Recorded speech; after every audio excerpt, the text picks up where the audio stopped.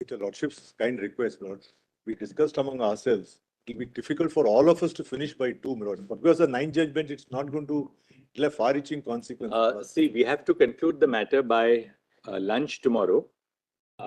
Because all of us have regular benches after lunch tomorrow. Yes. And we have the call of conscience towards other litigants who are waiting for years. Yes. So we have to get back to our regular benches tomorrow afternoon. Give an hour to Mr. Rakesh Dwivedi today. So if he starts at 3 o'clock today, he'll get 1 hour today and he will get 2.5 hours tomorrow morning. So 3.5. Between you divide it. We'll so that divide ourselves. Give us a small note in by the morning tomorrow. Just 2 pages, Mr. Dwivedi, because we've made very detailed notes. But just what the punch points which you are going to make in response to what they have argued. That's very kind of you. Lord, we'll also we'll give our punch points after. I think so. If you We'll do that. we'll give you until 3 o'clock, and then you can. So let's start. Grateful. I'm deeply obliged. We completed before the time.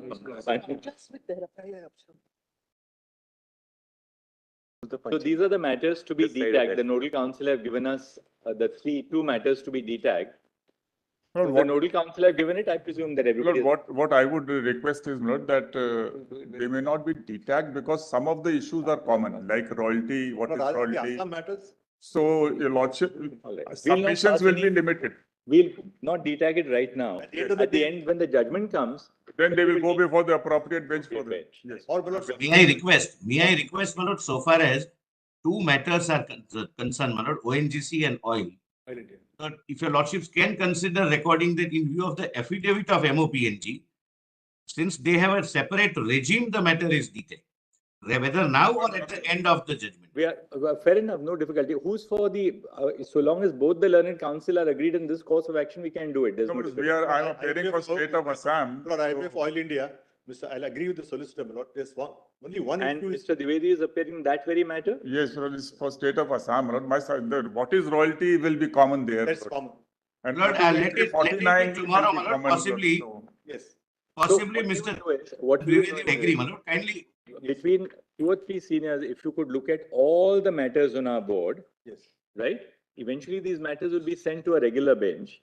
But whatever matters are to be completely detagged. If you can just make a little list, if you sit for 15 minutes between all of you over a cup of yes, coffee. we'll you do can be that. able Lord. to So give- that will go separately after the But judgment. as After far the as judgment. ONGC, But Oil India, I- right, I- they will be I detagged. leave- No, what solicitor is right. They are in a different regime. The only thing he was mentioning. Mr. was- Dwivedi, what is No, Lord, royalty? We are hearing say you. something. Whether we detag it or not, we are not going to deny No, permission. so only the on- state will be there. I will not be adding anything new on that, Lord. All right. Whatever I'll say will be equally applicable. Anyway, my lord, may I say, Those Yes. matters. So, Lord, the only additional point in. Lord, may I, Yes, Mr. Datta, if you don't mind, Mr. Yeah. Datta, if you don't mind, but possibly I'll be able to persuade Mr. Dwivedi by tomorrow. I'll mention tomorrow. all right, all right, The state of Assam may be agreeable. all right. It will require something very more. loaded Mr. comment. Consider. Very loaded comment. No, my lords, I He's request. going to make him an I offer he persuade can't Mr. refuse. Lord, Now, let's- the only interesting point there, which solicitor will point out, Assam fresh levy tax on the entry 14 and list 2 on the oil field. We are not arguing that, Mr. Datta. No, I'm not arguing. Just mentioning that. For a private party there, don't do this. All right, let Dr. Singhvi begin then. Now, it's 10:45. I am going to crave your lordship's indulgence to read from the note the extract. Otherwise, it will take too much time to Yes, go. I'm yes, going to race certainly. along. Certainly. Lordship will allow me some speed reading Certainly. with apologies Where to is your the lordship. note, Dr. Singhvi? Yes. 305 it starts, but it is not in the, I will take your lordship's back and forth. So your lordship follow my para numbers. I'll tell your lordship. Volume 2E. E. 2E 305.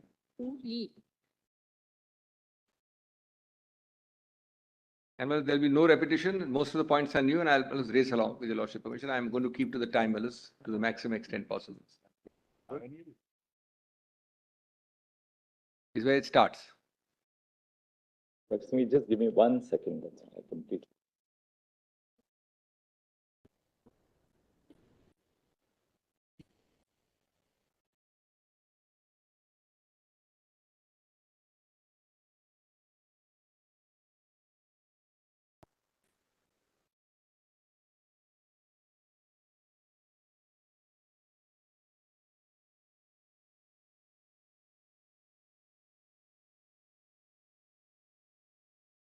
305, as I started yesterday, has my 6 propositions, seriatim. And my lords had heard me briefly on each of those 6 yesterday. Yeah. There is one point I must point out, the paras I have given against each proposition, which are valid. Right.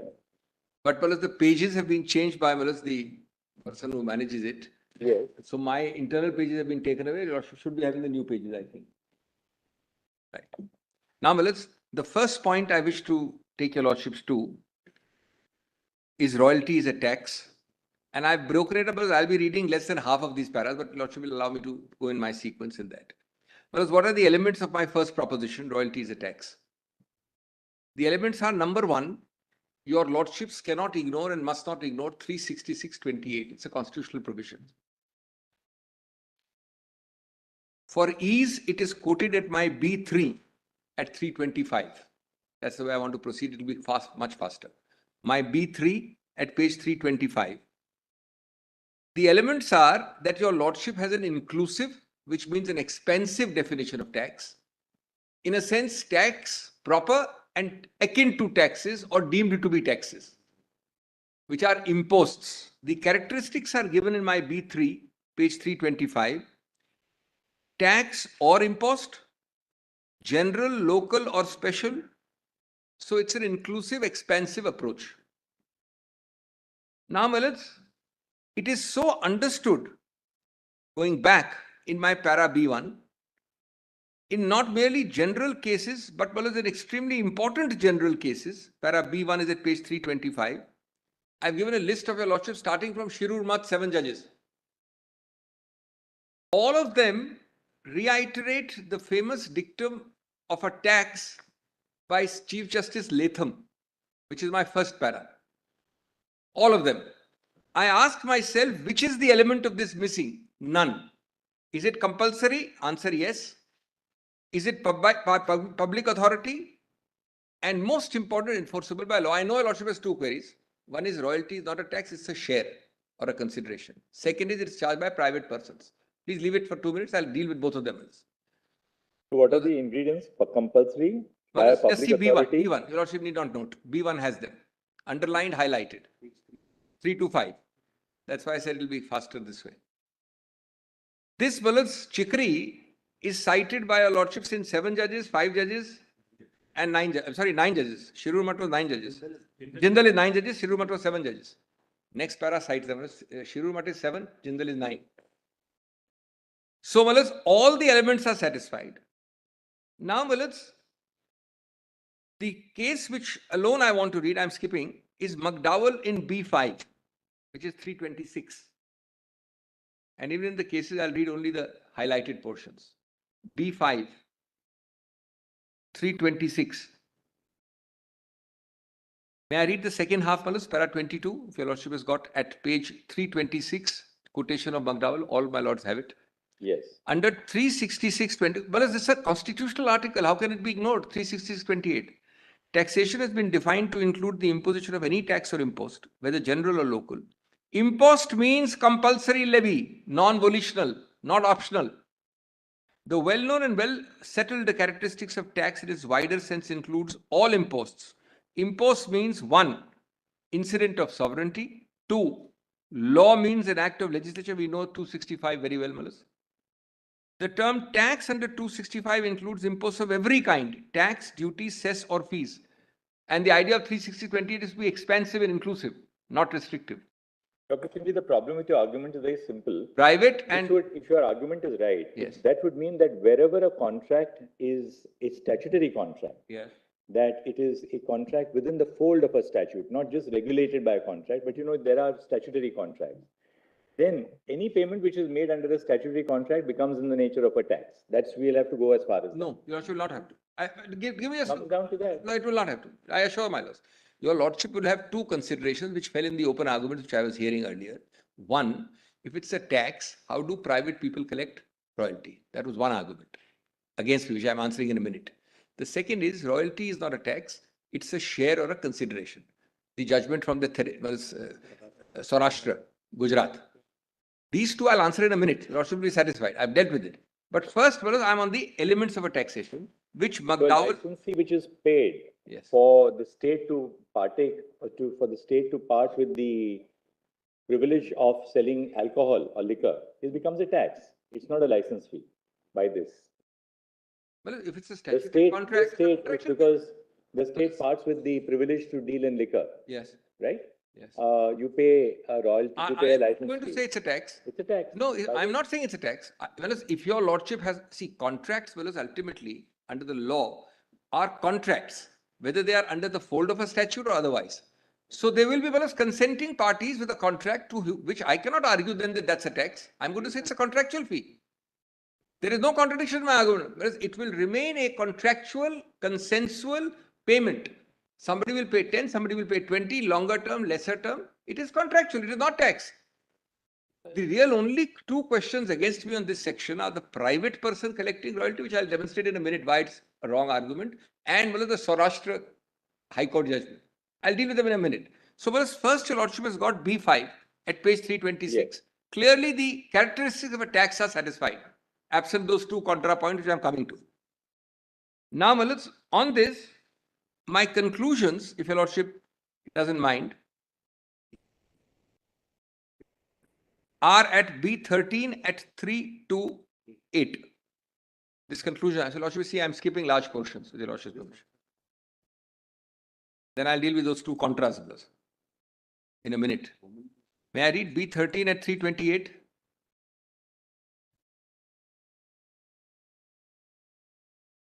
My lords have got it? Royalty and dead rent is a compulsory impost under a statute and not a result of negotiations leading to a contractual agreement. It is unilateral. The mining lessee has no say in its determination. The rate of royalty is fixed by the Parliament in the second schedule. Now, this is a very important characteristic of a non-contractual impost. Your lordship fixes it in the schedule. No options, no discussions, no consent, no negotiation. And can be varied or amended by the central government subject to limitations imposed by 9(3) by a mere amendment. The rate of dead rent, which is actually a more important example, not been given sufficient weight in 9A, is also fixed by the third schedule and can be varied or amended. The recovery is capable of being enforced by coercive means. Your lordships, in that very relic of the past, that contractual exaction of royalty by a private contractor does not have 25 enforceability. Then, Malas, hence it is submitted that royalty meets all the requirements of at least an impost. Then, Malas, your lordship will come to, may I just straight away take a lordship to the two contras, which I have myself formulated against myself. One is at Malas 328, para 15 onwards. This I have dealt with, Malas, the Gujarat High Court judgment. Incorrect to characterize royalty as consideration. May I read through very quickly, Malas? It will be faster and easier if I read these paras. Yes, very well. Royalty imposed under 9(1) ought not to be conflated with the concept of royalty as consideration share of income, such as intellectual property, music, artworks. Such royalty would be determined through negotiations between contracting parties. Royalty in its very essence is based on removal, consumption. There are 9 judges. Your lordship has to lay down the concept one way or the other very clearly. This will endure for a long period of time. And Malas is very interesting. Let me digress for 5 seconds, Malas. 4 months after India Cements, which held it to be a tax. 4 months. Learned judge who was a member of the India, who was heading the bench of India Cements, Chief Justice Venkatramaya as he then was, holds it as 4 months later that we held so, that is a tax. They did not misunderstand their own judgment, Malas. It's only Malas the interpretation of Kesoram that you are misunderstanding your own judgment. Now, Malas, kindly see. Royalty in its very essence is based on removal or consumption of minerals. Although the terms removal and consumption are not defined, they are linked closely to the terms production and dispatch. These are directly linked terms. Your lordship has them defined 3A, 3FA. I will not read them. Removal, consumption, products, derivative meaning of production or dispatch. I'm not reading it for saving time. Now, C customs is a general point. It's not on this. It holds that it is akin to excise. It's 7 judges. 9 judges, C customs is 9 judges. And just see the bold face on the next page, 330. My lord is saying, seeing I'm jumping, I'm only going to the highlighted portion. Lord will pardon me. I don't have time to read all. Excise duty is primarily a duty on the production. What is removal? What is dispatch? What is production? What is it, Malas? You don't call it excise, but it is in the nature of a duty. Excise is primarily a duty on the production or manufacture of goods produced or manufactured in the country. Next para. Therefore, both excise and sales tax, of course, are different taxable events, are levied with reference to goods. The two are very different imposts. In one case, the imposition on manufacture or production, other is an act of sale. Now, I'm not saying this is a case on mining. It's a general case. It is, now come to Hingir Rampur and the nature of royalty is more akin to that of an excise duty. Hingir, and if in Hingir your lordship will just come to 331, the page number, fourth line, this raises a question as to what are taxes on mineral rights. Obviously, taxes on mineral rights must be different from taxes on goods produced. If taxes on mineral rights also include taxes on minerals produced, there would be no difference between taxes on mineral rights and duties of excise under 84. A comparison of list 1 and 2 shows that the same tax is not put in both the lists. And whereas 50 is a unique entry, it uses the word tax on mineral rights. They don't use the word mineral development, they don't pick up the word for anywhere else. Therefore, taxes on mineral rights must be different from duties of excise, which are taxes on minerals produced. The difference can be understood. I'll skip those lines with lordship permission, come 4 lines below. There should therefore be no difficulty in holding that taxes on mineral rights are taxes on the right to extract minerals and not taxes on the minerals actually extracted. This is actually my proposition 4. It's coming later, but the judgment is the same. Thus, tax on mineral rights would be confined, for example, to taxes on leases of mineral rights and on premium of royalty. Taxes on such premium and royalty would be taxes on mineral rights, while taxes on the minerals actually extracted would be duties of excise. And then the last 4 lines underlined, not boldface, last 4 lines, same page. Therefore, the present cess is not a tax on mineral rights. It is a tax on the minerals actually produced and can be no different in pith and substitute from the tax on which produced. Now, Saurashtra, I know, has been cited against us, B19. I'll skip that because it is approved by Kesoram. I'm skipping that. That is cited in B19. Come to B20. What is the reason in Saurashtra? With the deepest humility, the reason is, if you don't want to have this tax, don't go mining. Is that an excuse? That's the reason given. Now read my para B20. Every indirect tax, in that sense, is optional. If I don't go and buy a good, I won't have to pay the tax. So that means I should not buy the good. However, the underlying logic of this reasoning, this reasoning is the Saurashtra reasoning, Gujarat High Court. It is respectfully submitted, and that's adopted by Kesoram. That's the problem.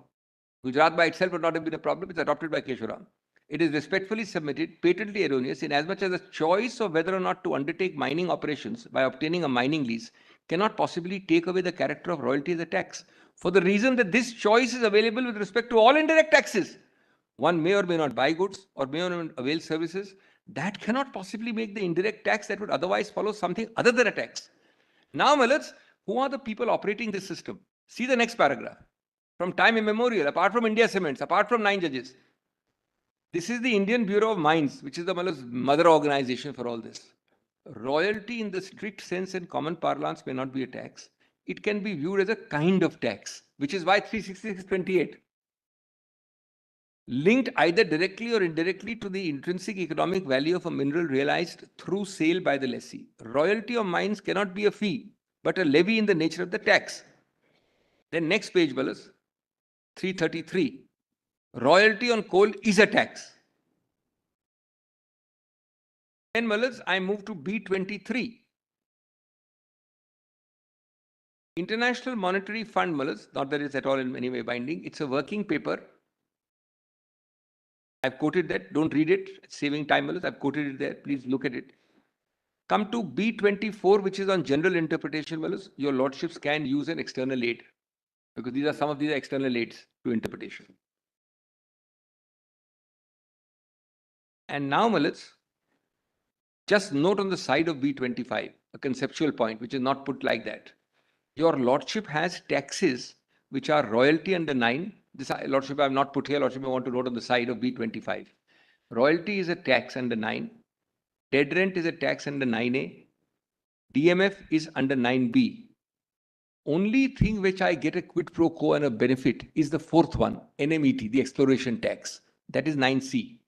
That can go in the category of fee, but it's an impost covered under 366.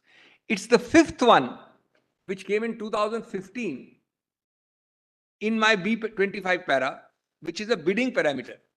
That is contractual. That is not a tax. This what happens is, Balas, after the auction regime of 2015, I have to bid. So I bid 10 rupees, he bids 20 rupees. On that bid of mine, depending on the bid, I have to give a share. That's my contractual thing. That's the fifth one which has come only in 2015, which I have quoted in B25. All the other are compulsory exactions. I'm only contrasting it. It's called a premium, but it's actually a contractual exaction, a contractual payment. And that is the closest to a share or a consideration. I'm contrasting it, Balas. And your Lordship, Balas, has got the B25 and B26 on that. Now, Balas, I come to the other contrapoint. If it is a tax, Mr. Singhvi, how do private persons collect it? Very simple answer, Balas. Let me give the answer first and I'll read the rule. Well, it is true that it is a relic of the constitutional past. But Balas, the tail should not be allowed to wag the dog, as was mentioned yesterday. This will be a case of tail wagging the dog. It is a very, very few number of states, and my learned friend relies on Theresima. Mr. Dwivedi cited it, which was Kerala, which had forgotten, I would use the word forgotten, to pass a law saying that the mineral under the earth is the states. Incidentally, after Theresima, Kerala immediately passed that law. Most other states, 99% have that law.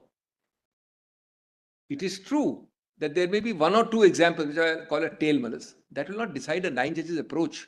That royalty is not a tax because 0.1% cases may be there in the country where the mineral does not vest in the government and therefore there can be a private lease for which royalty is paid. That's answer number one. Answer number two is very interesting, Malus, is that even in those private lease cases, the 2016 rules make it clear that it is completely controlled by the government. Because the private man, he's the private lease owner, he can't give me a lease. He has to go through a gamut of prior authorization by the government under 2016 rules, which I'll show in a minute. And the third reason is most important. This private leaseholder cannot enforce through 25. That's the hallmark of a sovereignty of a tax. So, Malas, What is the third reason? Third is this private fellow who has a relic, Malas, a few occasional leases here and there in the country which have not been taken over by the government, cannot use 25 to enforce. Enforceability is given only to the Malas exaction. Section 25 is clear. Now just read the paras in that light. 3 points I have given, Lordship, all three are covered here. Sovereign function. So B27 What is it regarding? of my page, Malas, 334.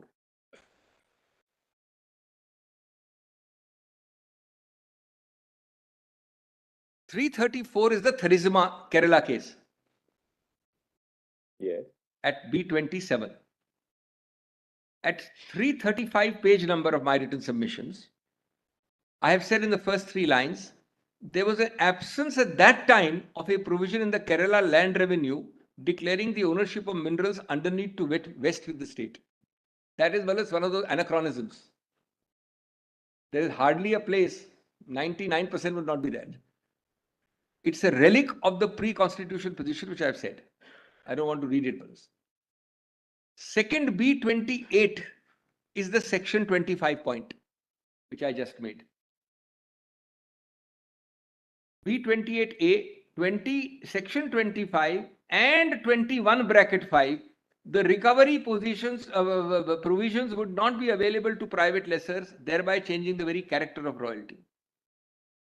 The grant of mining lease concessions by private person is not unqualified. Now see this authorization in Rules 27. Where is that?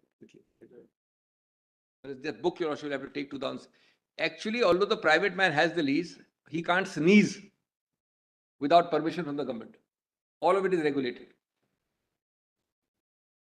All right, Well, Rule 27 is not given here in this bunch, but your Lordship has that book. Yes. It's got a 2016 rules, which says for a private owner of a lease to even negotiate with him and give it to him, everything is covered by prior permission and authorization. He can't. And this is true of minerals other than hydrocarbons and atomic. In hydrocarbon and atomic, of course, there's no question. It is already gone with the state. But for all other minerals, every other mineral. So, it is a relic. It's an argument used to decide the main matter where 99% leases are not there and Lordship It is true, factually. I can't deny it. But well, it just doesn't make sense to interpret it on that basis, is my humble submission. Now, that's the 2 points. And lastly, Malas, as I finish my first proposition, just see that 4 months later judgment by the same learned judge who presided over India Cements and how he understood tax. Kindly see the Honorable Chief Justice in volume 5I, page 67. Starts at 65, at 67. He presided over India Cement. The learned judge who presided over India Cement, 4 months later in a smaller bench. Oh, come on, give it now, give it. Choose that. 5I? 5I starts at 65, relevant at 67, para 6.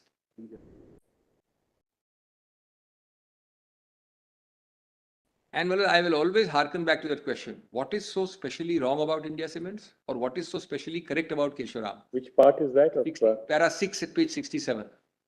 That this entire established law should be changed. Months after the. I'm sorry, not 4 months, 2 months after India Cements. 2 months after India Cements. Well, the Chief Justice, as he then was, says, we do not find much substance in this contention. Does my Lord have para 6? yes. Recently, a constitution bench of this court has held in India Cement. Recently is 2 months earlier. That the royalty levied on the extracted mineral was the nature of a tax and not in nature of a fee, which could be used only for specific purpose. Any tax realized, etc., consolidated fund of India. I'm not reading, but to save time. Well, all this is happening because a 5-judge bench, at least judicially, Malas, has set the cat amongst the pigeons. Unless there's some overwhelming reason why a lordship should not follow a 5-judge bench. Malas. Otherwise, the law was very clear, understood as clear. Malas, coming to my second proposition, I must race along, Malas. Dead rent is the second proposition. At page 335, it starts. It's clearly even a fortiori a tax. As your lordship knows, the scheme is central government occupies in 9 the royalty. In 9A, it starts occupying the dead rent. I would like to call a dead rent an idling charge. Is made to the government. Will a minimum guarantee payment also be partake the character of a tax? Because in a large number of situations, Yes. a minimum guarantee payment is assured to the government, whether it's an electricity company. Because the principle is you must lift electricity. No. The answer is very simple. I appreciate my lord's question. It's very important. Nobody can say a minimum guarantee. Suppose there's a public-private partnership. Government wants an assurance of a minimum revenue. It says you must give me this, irrespective of what profits you make. Straight away. There's no problem. Every example which your lordship has in mind will be contractual. Every example. What are these public PPPs, Malas? One is a BOT highway. Second is a tender. Third is an auction. All contractual. This is, Malas, an exaction under 9A. Your lordship has a clear dividing line, and I'm not going to be inconsistent, Malas. I've just yet to show your lordship a very interesting statement of objects and reasons when 9A was brought in. Your lordship will be shocked. Every case will fall in the contractual versus the non-contractual exaction line. And that's why 366/28 is perfect. Chief Justice Latham is perfect in Chicory. Followed by, Malas, 1 9 judge and 1 7 judge in India. Shirur Math and Jindal. Now in this, Malas, dead rent, first of all, the points are the same, Malas. 3 elements: compulsory, non-voluntary, exaction, and Malas, enforceability. Same. Here the additional point is, it is not based on what you extract. Nature of a tax. As a matter of fact, the better way of looking at dead rent is it's a charge on you taxation for squatting or for Malas, idling. You just idle. Either, Malas, my learned friend Tushar Mehta gave a reverse example. I would think the better example is that you sit and do nothing. He gave an example that you overexploit early. Suppose you do nothing. You are depriving this man from getting it. You are not contributing to the country and you're sitting idling. So dead rent comes in, irrespective of whether you extract or not. Now, Malas, in this, B31 straight away is extremely important. Malas, this also was, Malas, in Form K. It was transposed from Form K in 1972 and put in the section. This is apropos the Honorable Chief Justice, very important query. Of course, according to me, it was statutory even in Form K. 2E. There was no doubt about it. But after 1972, the issue vanishes. It is made a special statutory provision with a capital A. That's by para 31, B31. Now, in 72, they brought in two sections together, 4 capital A and 9 capital A. I hope I'm clear on this. And the object, the SOR of 4A, which I am reading from the note itself rather than taking your lordship to save time, is very, very, very interesting because it replicates the language of 54.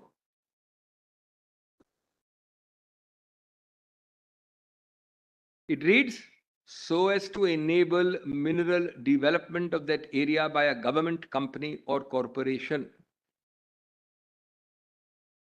This is, lordship will get in volume 4, 915 and 916, but don't go to it. It will save time. It's quoted by me here. Well, 4A and 9A are related. 4A is lapsing. And for if you don't, if you abandon the mine, lapsing. And 9A is squatting or idling. Similar concepts. This is the object. This is the object. So, I think I've done my second issue, ending on B32. Hence, there can be no manner of doubt that 9 capital A was introduced to further mineral development in nature of a tax on mineral rights, thus qualifying for the limitation, etc., etc. I turn to my third proposition, which I use the very loose, and I said so myself, incorrect analogy. Look back. There is a phrase in private international law with that French word renvoi, which is look back. It's like a circle. You come like this, you come here, you reach here, and you look back. Well, 50 is a very interesting way of looking at 50. It's a look back provision. And let me accept. This my third proposition is the entry 97, read with 54 proposition. Let me explain that and then I'll read the paras. Let me explain that first. Let me just explain that. Entry 50A, I'm breaking it up now. And Lordship has seen the language many times. And the Lordship is very important to note the opening 3 words. Taxes on. That has been given less weight. The provision is focused on taxes. Now, when a provision opens with taxes and then follows with the word limitation, it has to contemplate limitation on taxes or qua taxes. Otherwise, the provision is meaningless. It will read very distortedly. Taxes on mineral rights, then of course subject to limitations, etc., etc. So the limitations. So point number 1, it is on taxes. Point number 2, it looks back to limitations of inter alia qua taxes by a superior provision. Entry 54 is the only superior provision. There is no other provision. Third, once it looks back to 54 and taxes are the subject matter, then 97 can't be ignored. Because you have to read 54 synergically. I am not reading 97 as standalone. 97 has no value standalone. But once 50 is looking you back into 54, then 54 and 97 must be read synergically. Because the whole of list 1 specifically put those words in 97. That when you don't find a specific word in my list, in list 1, then you must use 97. Now, to that, the Honorable Chief Justice asked many times, what about 248.2? 248.2 says, provided there is nothing in list 2. Answer is very simple, I am now addressing your Lordship's 248.2. Answer is simple.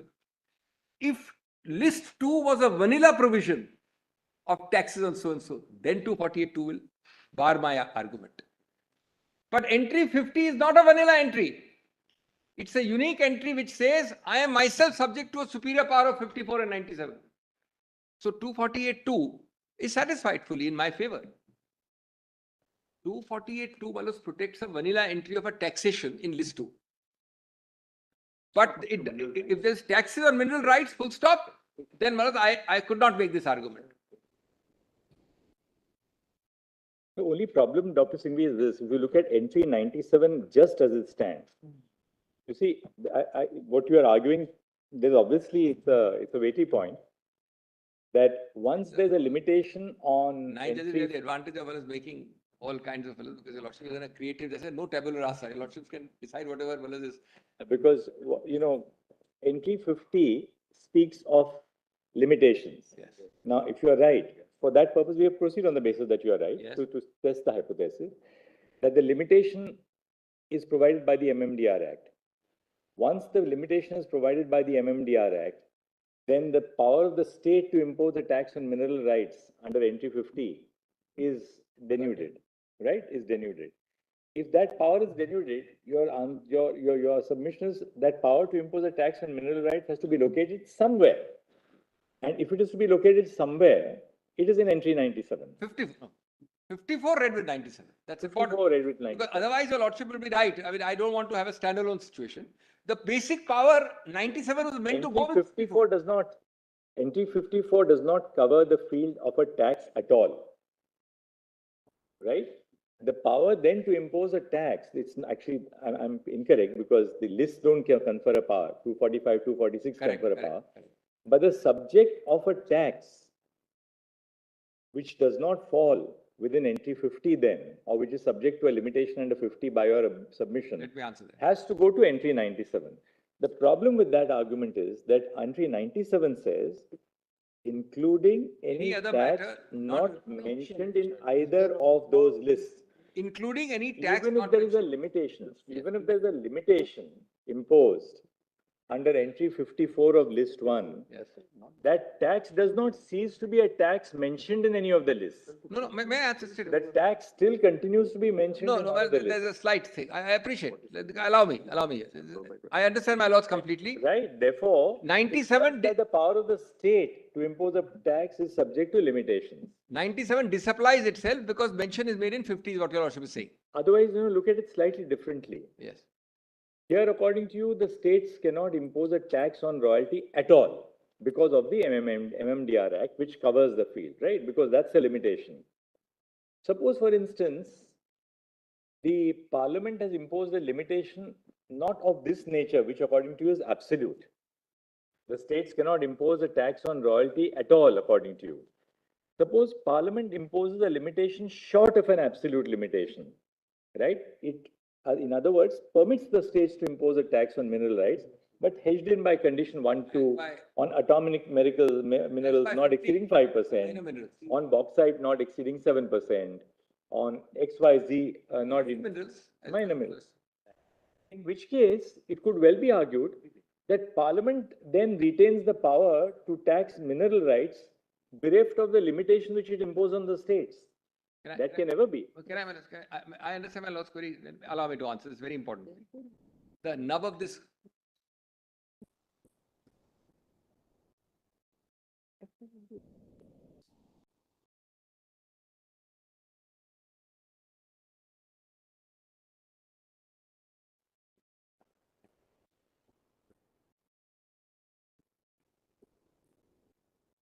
Entry 97. Entry 97 was introduced because the framers felt, when they framed the constitution, that in future there may be new taxes which we never knew of. They may not have contemplated those taxes. And exactly, service tax was goods and services tax. Answer that. It's very GST was not mentioned anywhere at all. I was now applied squarely to this case. First of all, let's just keep MMDR aside for a while. I'm at one stage anterior. The simpler argument is 9A, 9A, 9B and 9C occupy the field completely. That occupation will be provided Parliament has the power to occupy. So I am going one stage before, against myself. 9A, your lordship will just leave aside 9A, 9B. Now your lordship, as the Honorable Chief Justice, the heart of the query is that 97 says not mentioned, clearly 50 mentions, therefore 97 disapplies itself. I understand the query completely. Now, what is my answer to this? We have to start the sequence again and give me just a couple of minutes, very important, but conceptually. Entry 50 deals with many elements, but two crucial elements for this argument, taxes and limited by law relating to mineral development. Now, I'm only answering my lord's query. I'm not going to the larger issues. 50 does two ingredients vital for my answer to my lords. One, taxes. Two, limitations imposed by law relating to mineral development. It can't be a limitation relating to non-mineral development. Clear, Manoj? Number three, if 50 makes itself a non-vanilla provision, not saying taxes on mineral rights, full stop. But 50 itself says taxes subject to a limitation by law related to mineral development. The third step is, which is the only source of power for mineral development? Answer has to be 54. That's step 3. I'm breaking it up. Allow me to just develop this. It has to be 54. That's the only single source of that subject. Number 4. Having reached there, you are in actually only one situation, because it doesn't, 54 doesn't use the word tax. So why do you find, that's why 97 was created. If Parliament makes a law limiting mineral, relating to mineral development, which is a limitation, the taxing powers goes concomitantly with 97. Now the fifth point is important. The word mention in 97 is not to be led literally to mean if there's any mention. What nature of mention is there? What is the architecture of that mention? What is the form of that mention? What is the way you have mentioned it? Your Lordship's word mention would be correct if it said tax on mineral rights, full stop. That's the mention which will disable 97. You're saying 97 has to be read harmoniously with 50. First and foremost, yes. First and foremost, 50 has to be read harmoniously. 54, then through 54, that's what my Lord said just now. Well, is the mentioned word, I understand what my Lord is saying. It's, That is the that's point the is crux of the creating a matter. problem. That's why I've divided into 5 points. The answer is divided into 5 sub-points. There's something in what you are arguing for this reason, that it can't be in the contemplation of the Constitution that then nobody can impose a tax. Exactly. Right? Can't be a vacuum. There can't be a vacuum in taxation as there can't be a vacuum in legislation. On the one hand, because of a central law, the states can't impose a tax because it's a limitation. Then does that mean that even Parliament cannot impose a tax? I mean, there is a point which we'll That is, on of course, well, if your Lordship holds it to be a different kind of entry 50 than what we are saying, then the matter is different. Your Lordship has to consider this part of the case, which is that 50 is a very unique entry. It is clearly looking back at 54. Which also then leads us to one more question. Yes. All those levies which Parliament has now imposed under the MMDR Act, Yes. nobody's challenging those levies, of course. No, they've been challenged Somewhere else. Ah. But under what power did Parliament impose those levies? No, it is 54 and 97. Ultimately, no, now judgment is said so. Problem is Kesoram. Mahalakshmi said exactly what I am saying. The problem is, Kesoram came along and ignored number of judgments, including Mahalakshmi. I would like to claim novelty and ingenuity. I can't. Mahalakshmi has much of this. Kesoram, with respect, could not have said the cat amongst the pigeons on this basis. I've quoted Mahalakshmi. Allow me to read that. Honorable Chief Justice will kindly allow me. This is a very important question dealt with by our Lordships directly. It is only Mahalakshmi which is a dissonant voice. My Lord has been consistent. Let me give you those 4 or 5 cases in a minute. So now, I'll be reading now from 11 onwards very quickly. This is the whole case. Now, on this point, these paras will show Lordships that I am not able to claim ingenuity or novelty. This has been You're done before. proceeding on the basis that royalty is a tax. Yes, that's a set of arguments. Yes, suppose there's another perception. Yes. If royalty is not a tax, of course, in the subsequent judgment, they said it is akin to a tax. Yes. It is an exaction, but not a tax. Then what would be your argument? First of all, akin will not make a difference, because 366(28) will make it. But let's forget that argument. Yes. It is under the grant of a lease. Yeah. It is for exercise of a mineral right. Yes. But it is not a tax. Yeah. Then what would be the argument? The state's power under entry 50 remains, while under the Parliament, royalty may be imposed. That is why I said that would be a acceptance of Mr. Dwivedi's argument and a repulsion of Mr. Salve's first part of the argument. But because in my case, even then, dead rent is not answered in my Lord's query. What about dead rent, Palas? India, Remain a tax. in India Cements, they included the word No, royalty. dead rent is, sorry, go. In India Cements, the problem arose because they included the word royalty in the definition of that particular impost or cess.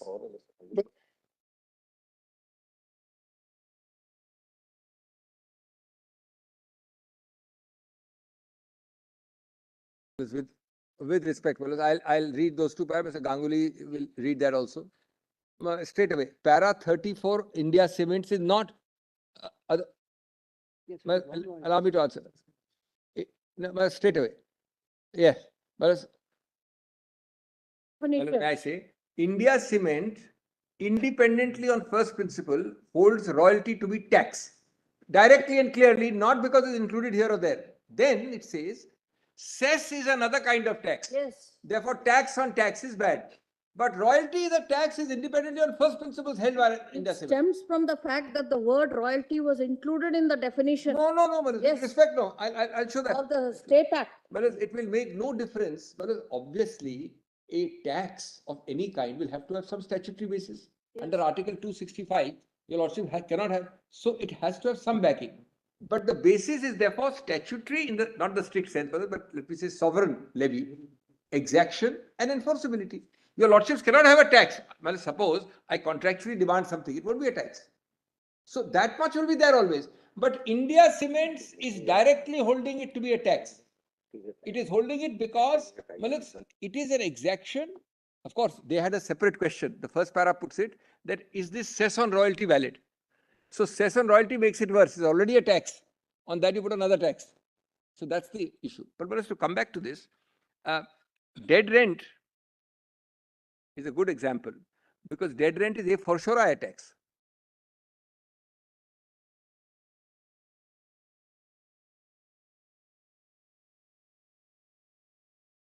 Tax, Malads, dead rent is a fortiori tax because it's an idling charge. You do nothing, you still pay it. It's a compulsory, it's exactable, it's enforceable, no option.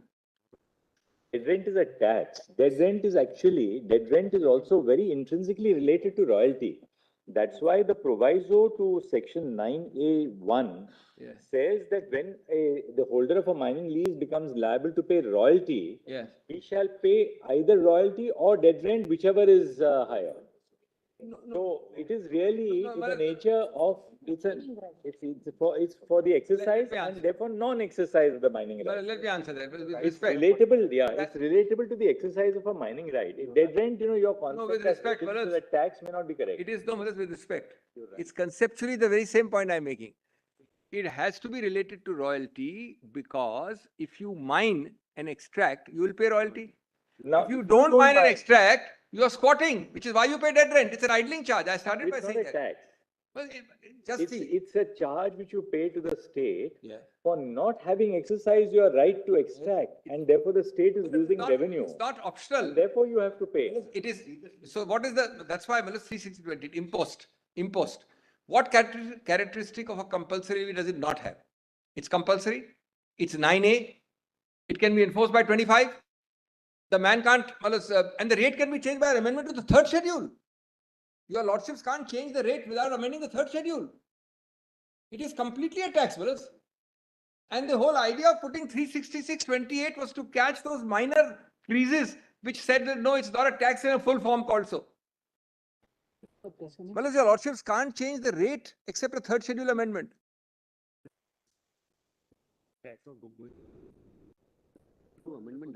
And 25, same recovery procedure.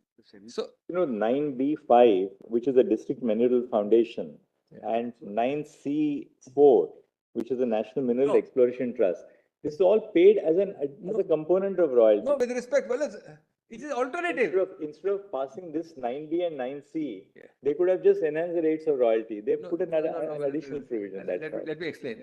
It doesn't cease to have that connect with royalty. 9A, 9B are all taxes. And 9C can be a fee. Assuming royalty is a tax, Where is the bar on the states imposing a tax on mineral rights? Because it's still in the nature. That's my fourth proposition. That's coming. That's my fourth proposition. There's no bar on the. I am conceding. Let me shock your lordship by saying my fourth proposition. Say I concede that. But you are not levying a tax on mineral rights.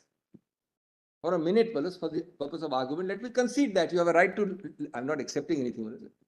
Concede the fact that you have a right to levy tax on mineral rights. Allow me. That's my fourth proposition coming up. But let me finish my third, Wallace. My third proposition therefore rests with 9, 9A and 9B. Kindly read them carefully. So what is the proposition in section 9? This is my proposition number 3, Malus, at my first page, 320. How do you formulate it? Yeah. 9, 9A, 9B Yes. are taxes because they are compulsory imposts by a public authority enforceable by coercive measures, bracket e.g. land revenue, etc.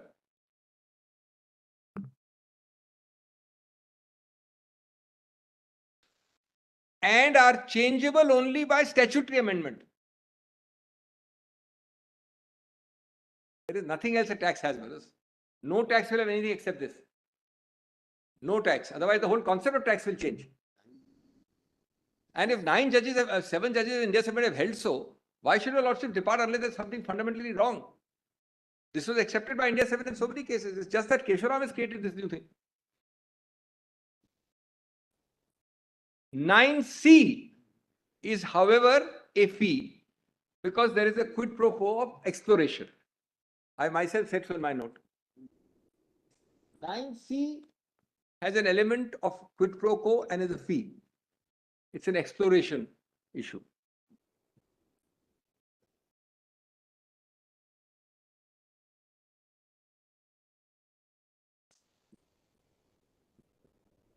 Third point was, apropos the Honorable Chief Justice's query.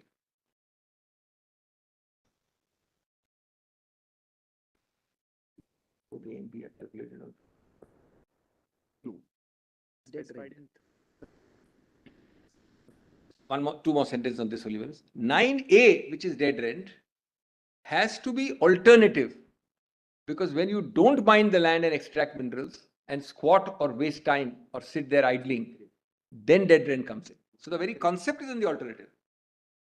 That's the concept of it. The whole idea is that you must mine. All right, that's the third point now. And the last is well that some of these calculations in one or two of these cases is done by a percentage of the royalty. That's a calculation. That has nothing to do with changing the character. It says that you will pay at X percent of the royalty. This first completes my third point, but the most important part of the third point is the look back nature, non-vanilla nature of entry 50. I've done proposition 3 minutes. Proposition 4 is what my Lord, the Chief Justice just now asked me. No, I'm sorry, Malas, I have not finished. I have to read very quickly this previous point. Please turn to A11, Malas, page 310. I was conceptualizing it. I have not. This will be very quick. I'll just read it very quickly.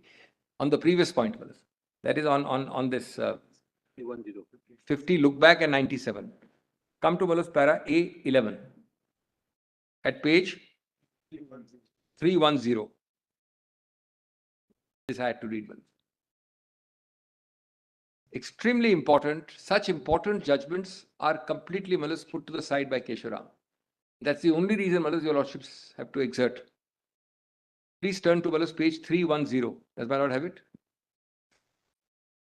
All my lords have got it? Yeah.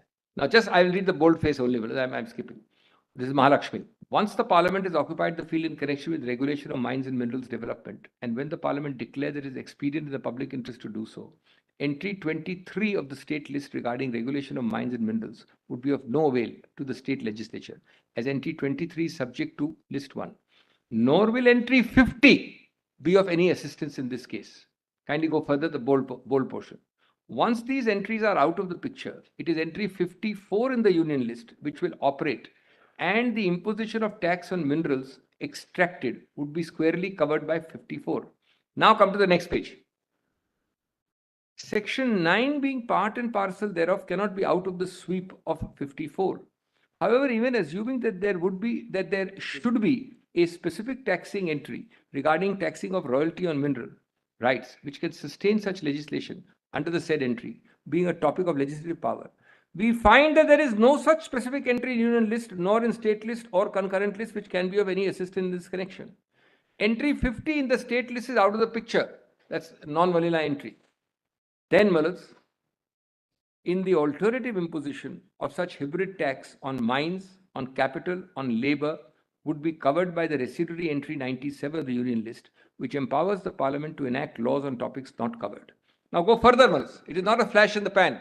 It is not, Malas, one swallow which I want to make a summer out of. Come to, Malas, the next judgment, Saurashtra.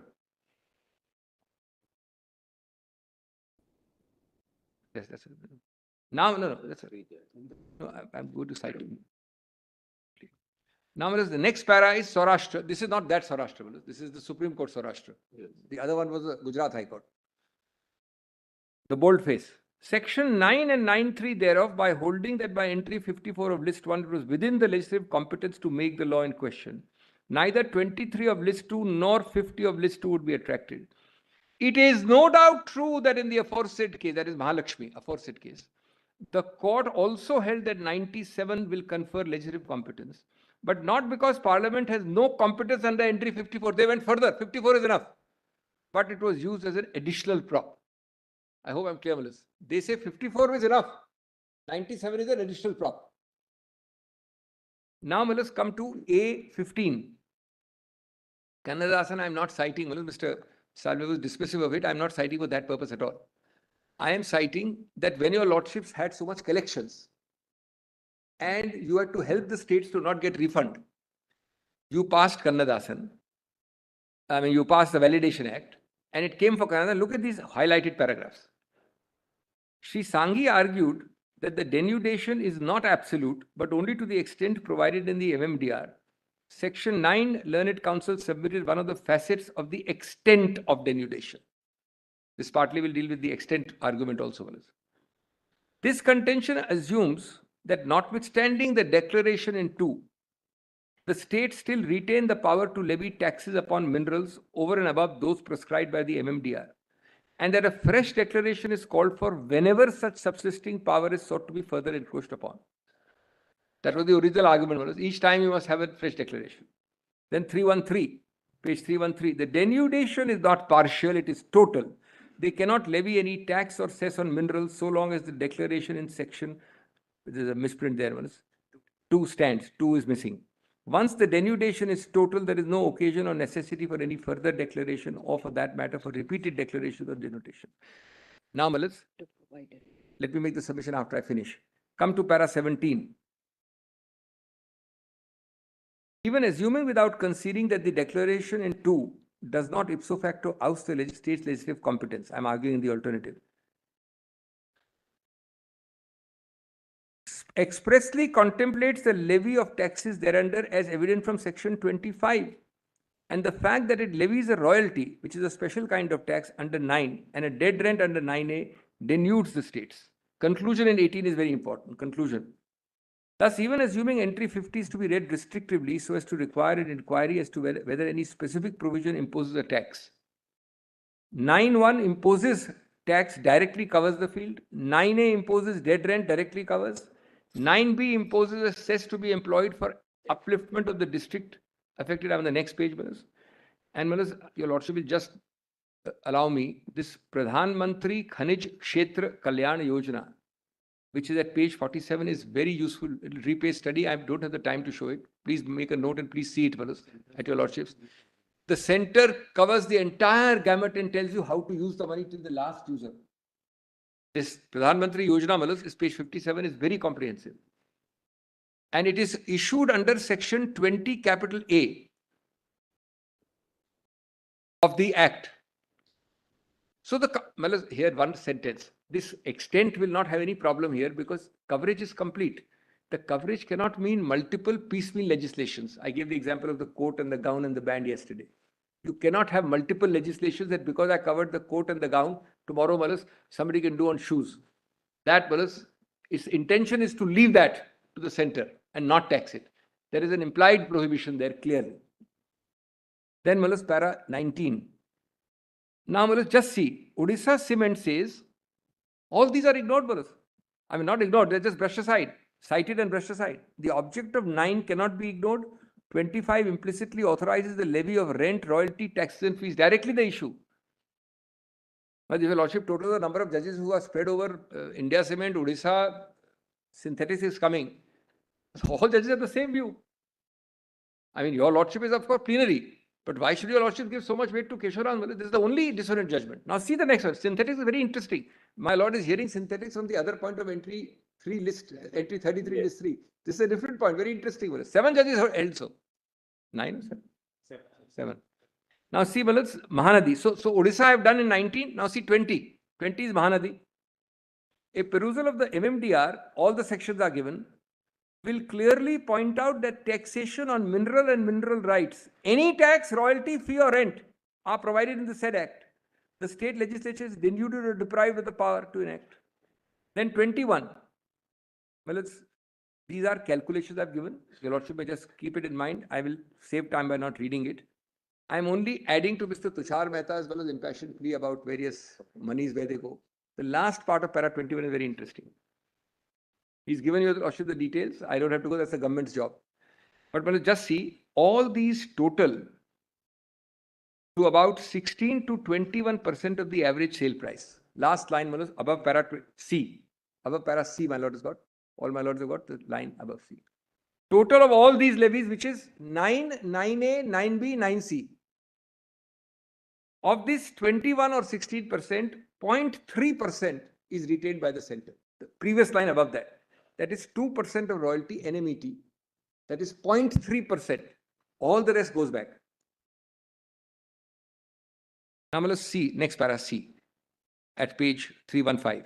Most significantly, all these levies except NMET, that is 0.3, admittedly go to the state government coffers. Then Malas, state-wise breakup is given. Mr. Mehta has dealt with it. I'm not going to deal with it. 2 more para that I'm done with this part. Malas 23 at page 316. Now Malas, it is true that the general standard Sundaramaya Iyer concept of grouping is there. Before I read it, my answer is simple. That is not a mechanical sorting machine. Where this article leads you lordship to think differently, that is 50 special unique architecture, then that grouping is not cast in stone. That's my submission in 2 paras. Sundaramaya Iyer is valid, but it says itself is not exhaustive. Sundaramaya Iyer, that judgment which says grouping, that says itself that you don't treat it as exhaustive. There may be entries like 50 which don't allow grouping because they're uniquely worded. My Lord Malas, if I may say, called it 8 mantras, Honorable Chief Justice 2 days ago. Malas. I've dealt with that. Let's kindly come to 823. You have to, therefore, not be a slotting machine. You have to go entry wise. Mostly Sundaramaya may apply, sometimes will not apply.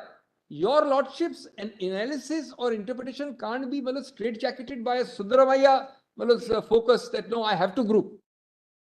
This is a unique architecture. This one is not a grouping architecture. It is 54, 97, 50. It's a totally different triangle. Now come to verse 23.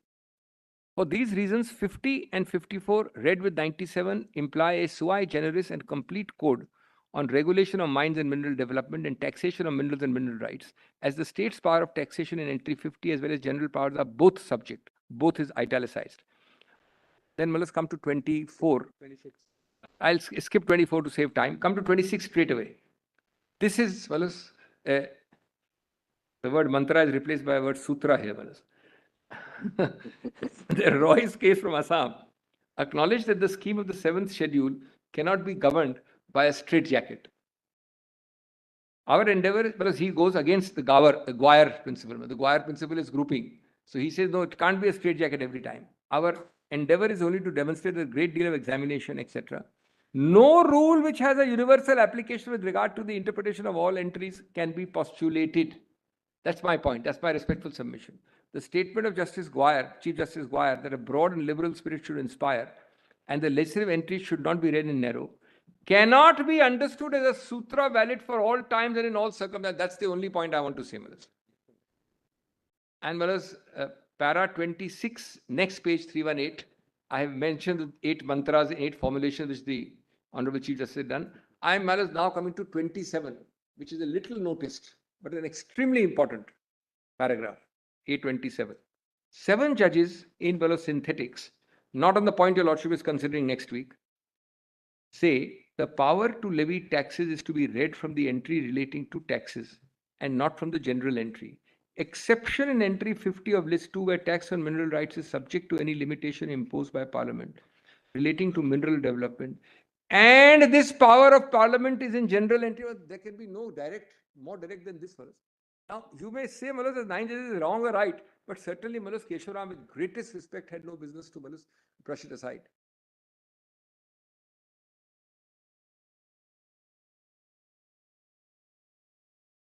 And Malus? The power to impose a limitation has to be read under entry 54. That doesn't mean the power to impose a tax is to be read under 54, read with entry 97. 2 answers, Malus. It means a tax because of the language of 50. That's the opening word of 50. 50 cannot contemplate a limitation which cannot be a tax limitation. Answer number 1. Answer number 2. 7 judges have said exactly what I've said just now. No, it's a limitation on the power to impose tax. No, tax it says. Synthetic says tax. Yes, the limitation on the power to impose tax. Yes. Means the power resides with the state. The limitation emanates from entry 54. Yes. Correct. Therefore, the power resides in the center also, Wallace. The center cannot impose without all power, Wallace. The power has to be in the center, Wallace. And a superior power is the center. I'm trying to say Yes. is the power to impose a limitation doesn't take within itself the power to impose a tax. Wallace, with respect, let me examine. That's a new nuance, my lord. Give me 2 minutes. Wallace, how do you limit a tax without reducing or imposing? Suppose the state imposes 1%. I want to limit it, I say abolish it. Your lordship has to assume that I have the power. If the center has no power, the matter ends. Your lordship will not be able to control it. Limitation has to include from 0 to 100. Can say, we are abolishing the power of the states to levy the tax. Yeah. But we are going to levy the tax. That's not the scheme of the constitution. No, by 97, they will have the power. If your lordship resides the power, it has to have the power. With respect, Wallace, with respect, that will be an artificial limitation. No, Wallace, let me just explain.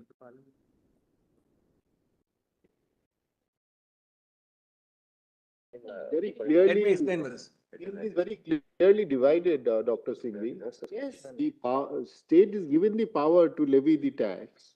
Subject to limitations. Subject to limitation, we understand that. And we go into the limitation of 54. But you are trying to bring in 97 as also a power to levy tax. How can the residuary entry be utilized for this purpose? Can I?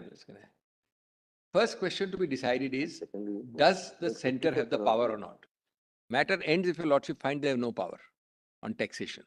That's the primary question. All this debate is if they have some power of taxation. My answer is they have to have a power of taxation because the limitation envisaged and recognized by 50 itself is a limitation on taxation. 50 itself recognizes that you, my superior, has the power. We stop here, Maris? Unless we accept the fact that 50 dealing with taxes, using the word limitation, recognizes a superior person, then we can't go further. Now we come to a different nuance, which my Lord Justice Nagarath has asked. Yes, taxation is also within 54 because the look back by 50. Is in entry 50 list 2.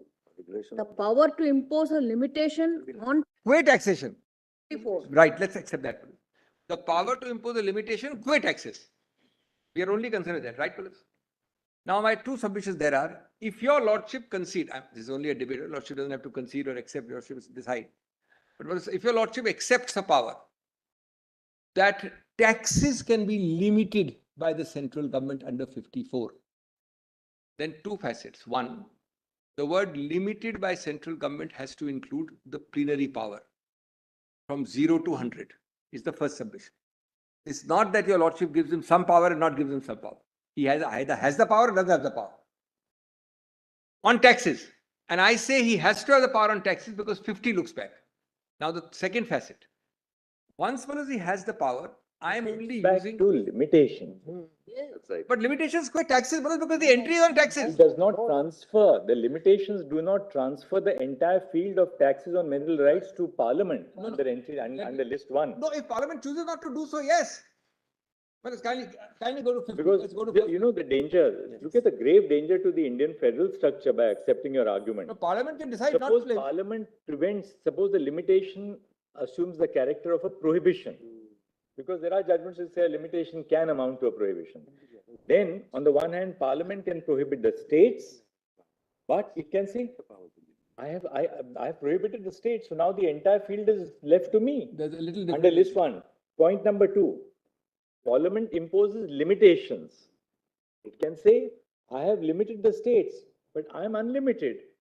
Can I answer? I can impose a tax minus those limitations. Can I answer? That was never the, Can I answer that this? was never the intent. Can I answer that? And appropriately, what the Chief Justice was saying, you see, merely because bulk of the revenue collected goes back to the state would not meet the argument that the That's a Chief Justice. constitutional argument. This is a factual argument. There are two different things. One is your lordship first has to locate the power. This is not a question of fact whether I give you back or not. That's not, I'm not arguing that. The limitation in on mineral development. No, therefore, now let's just look at 50 for a minute. Just look at 50. I know this is too late in the day to look at 50, but let me give your lordship 1 minute. Taxes.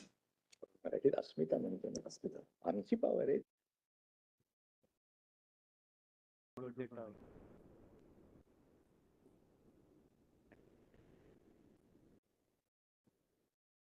The next Yes, very topic good. Very now. good. Only one sentence and I'm done. I've made my submissions here. Lordship may or may not balance. I'll go to the next point. I only want to say one thing. Argument of looking back, Dr. Singhi. Yes, yes. It might be seen by the states as looking back with anger, you know. Super hit it was, Willis. Willis. One sentence and I'm done. I'm going to the next point. By Uza from India.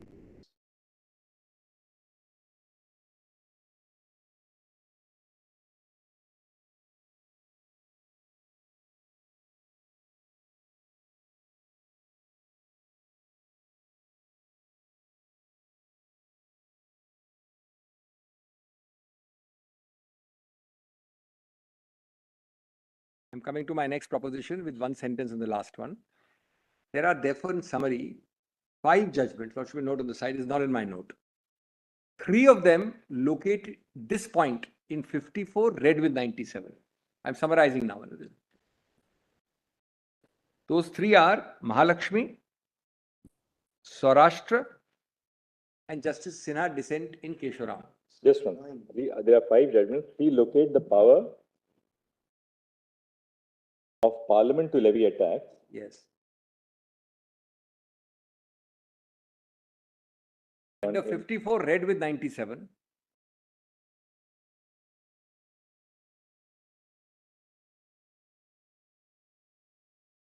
And you have given those as Mahalakshmi.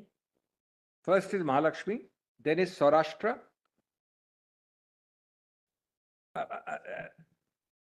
Then Sinha's dissent in.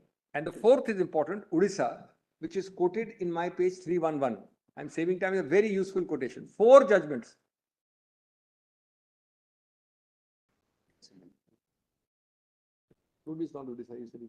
I'm sorry, that 4th one is, I'm sorry, that's an error. Justice Oza in India Cement, I meant, not Odisha. Justice Oza in India Cement. Not Kesoram. Not Odisha.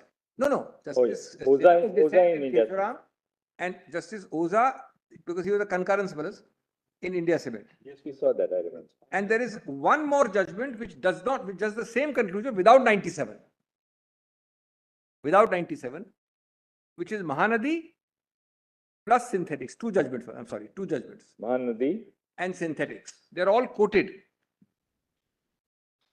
So my lord has 6 judgments in all, 4 which do conjointly 54 and 97, and 2 which rely on 54, but the same conclusion, taxation. My question remains the same to myself, Willis. Why should Kesoram be preferred?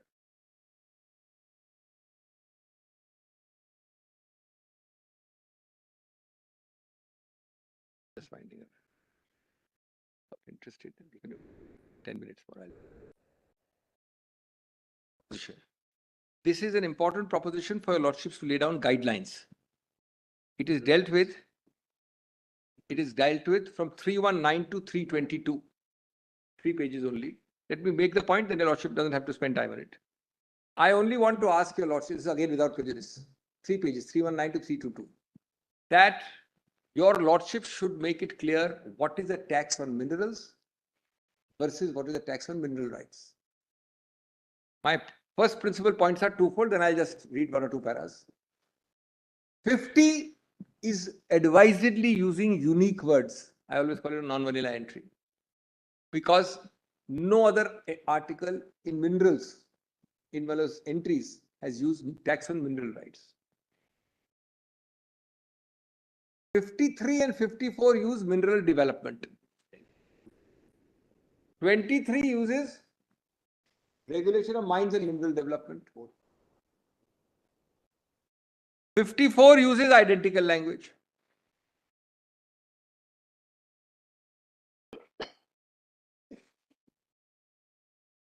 Now, Malas, my point is that your lordship should give some weight to that different language used. And one more sentence factually and contextually. Malas, there's a fundamental difference. One is you tax my extraction from the bowels of the earth. So 10 tons, ad valorem fee, 5%. What is the value? Sale value, you tax. 100, more tax. It's a fixed ad. So tax on minerals. Yes. It's very easily understood. Tax on minerals. And in contrast, I give him a lease for 20 years. I give him a lease for 50 years. And I give him a 100-year lease. Or I give Manas different forms of licenses. I don't know all forms your lordship has of, along with size. You can tax that, but that's a different taxable event. The nature of the tax is different.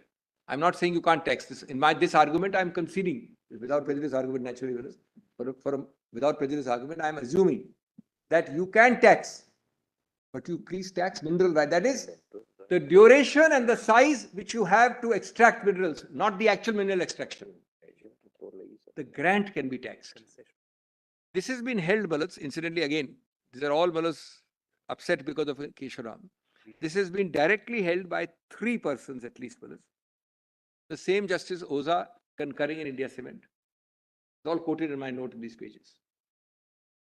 Justice Sinha in Kesoram and Justice Vanchu in great detail in Hinge. That's the most detailed. I'm going to save time by not reading it. I would request my Lord, those paras repay study. My respectful submission is, what is so conceptually wrong that your lordship should incline to the Kesoram view? Kesoram has cited them all and said, because India Cement had a typo and an error, therefore all these judgments are wrong. But royalty is not on, is on the mineral removed or consumed. Exactly. It is on the Exactly. product.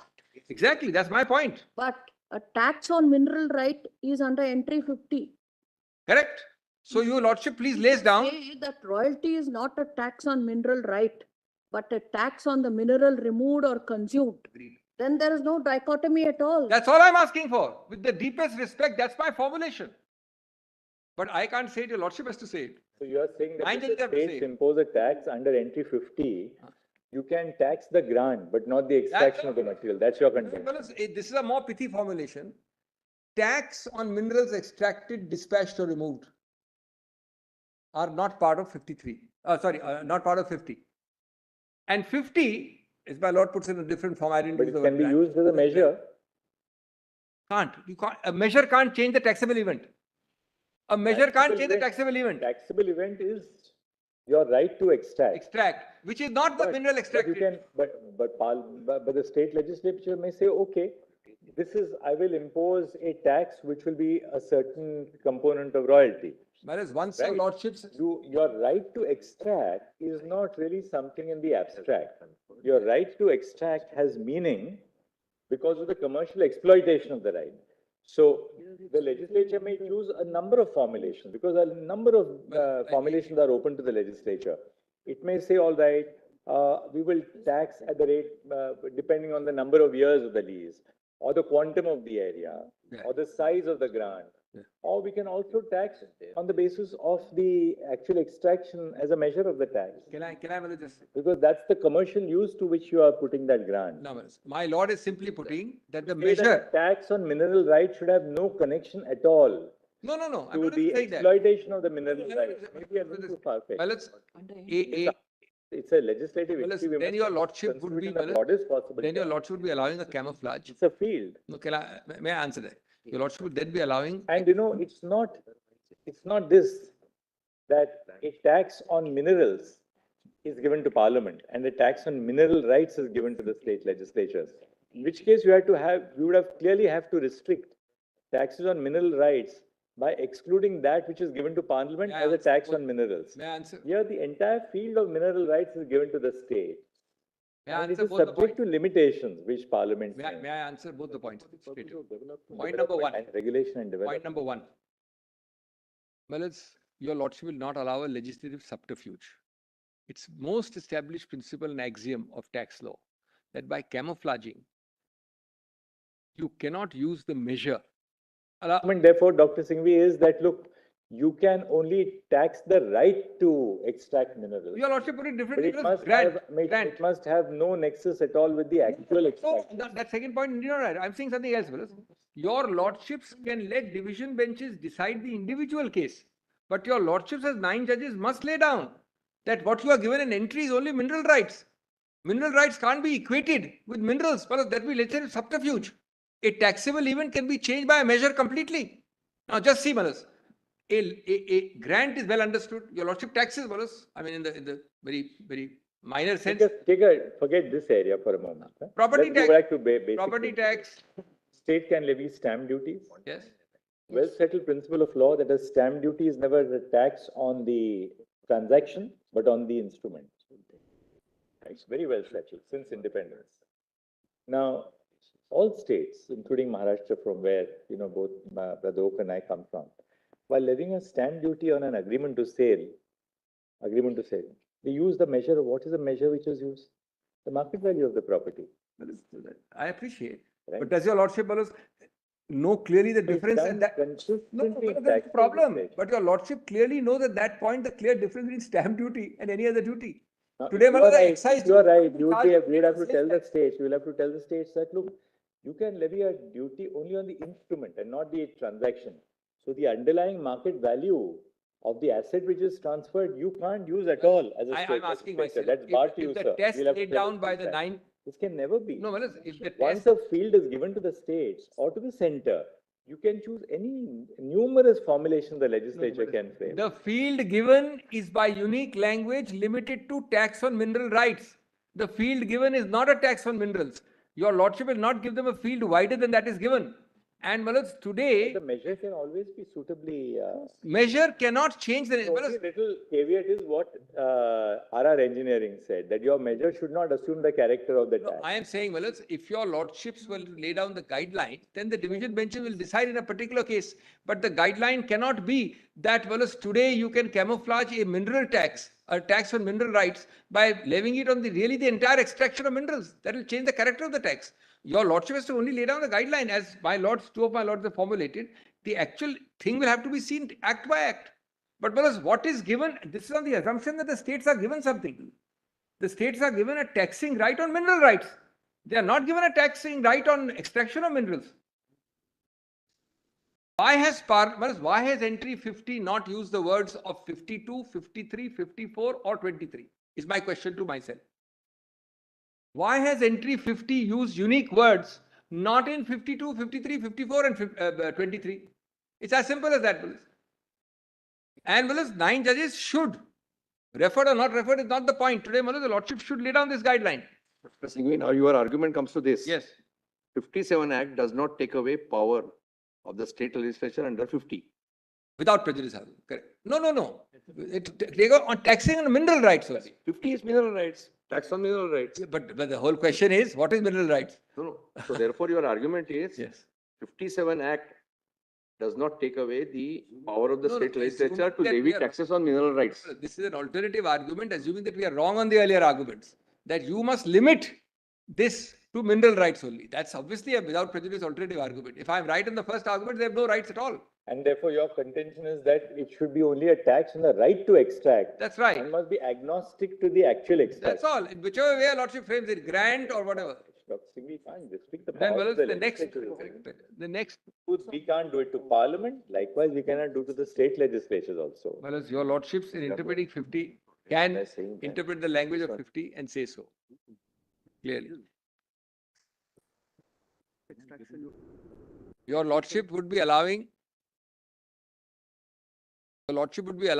the grant to be governed by something which happens post extraction. The language of 50 which you are interpreting is very clear. Please don't allow it to be expanded without prejudice. The fifth and the Yes. two last points. The fifth point is at pages 322 to 324, 2 pages. This is settled by 2 constitution benches, Hingir and Tulloch. They are quoted in A47 and A48. It's a very short 2-minute point. Once 23 is denuded,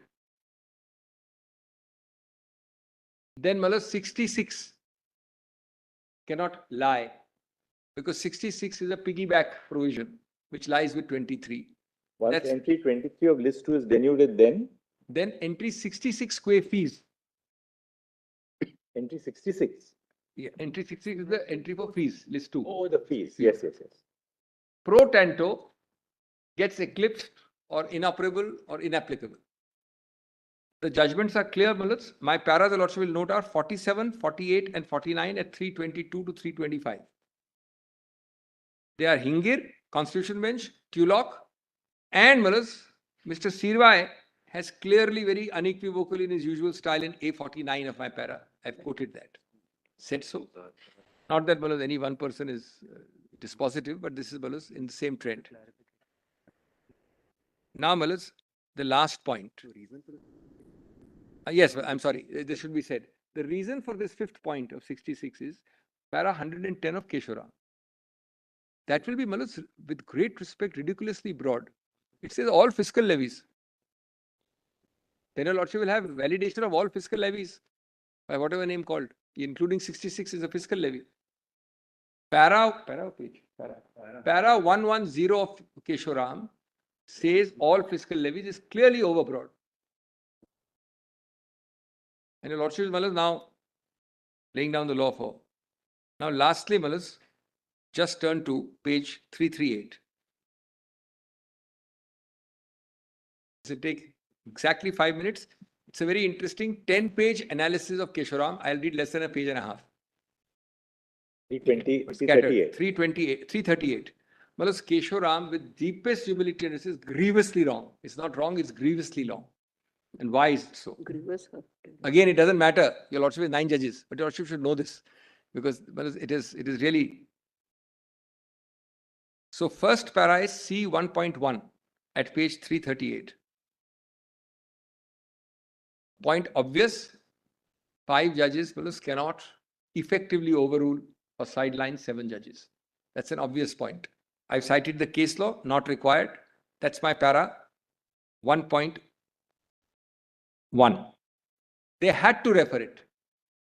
With this kind of surgery, they could not have said 5 judges, we are interpreting, we are distinguishing. It's completely changing. Second error at page 339 of my note.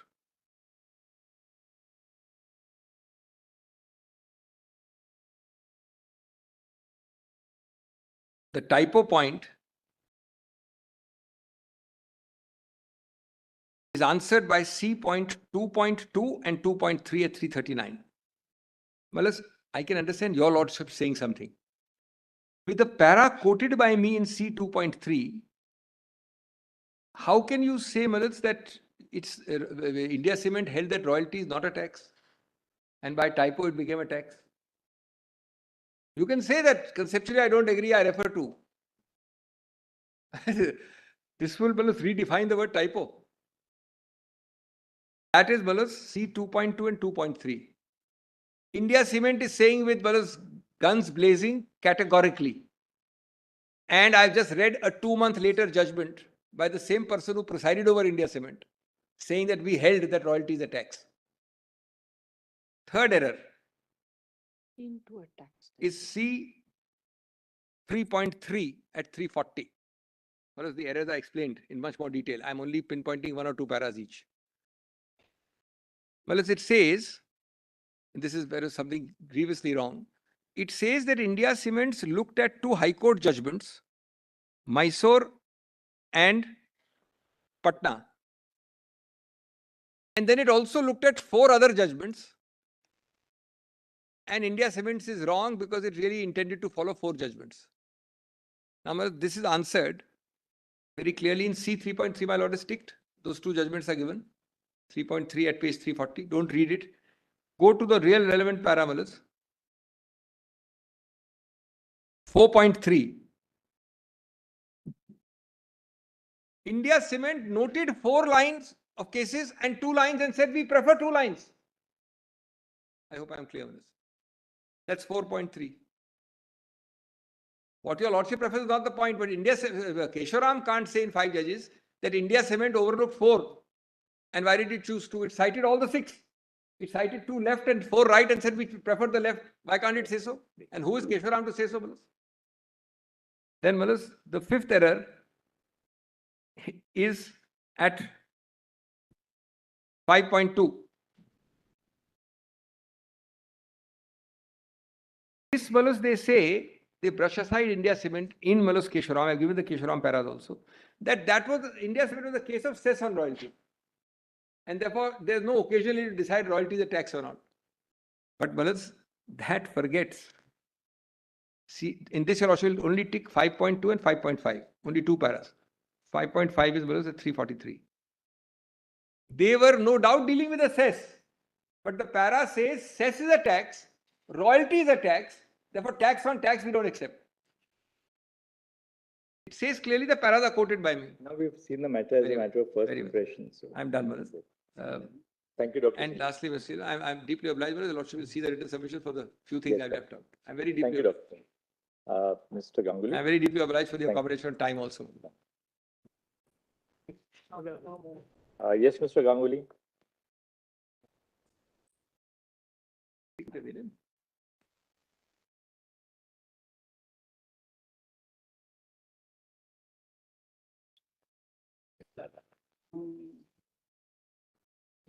Should have.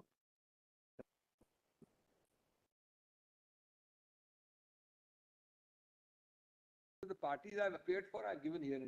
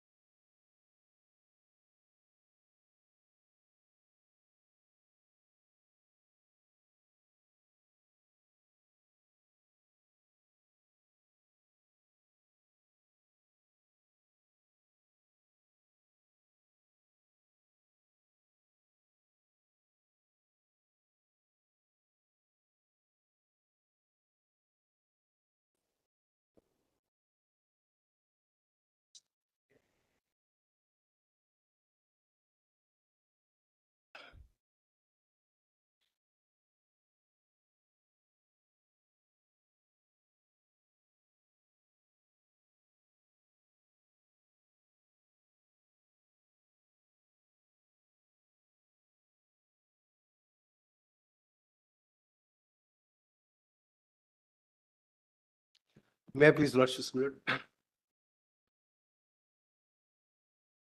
Third, I beg to appear primarily for one of the PSUs for the coal producers, as well as MCL. Given the respondent number 8 and all the numbers are given.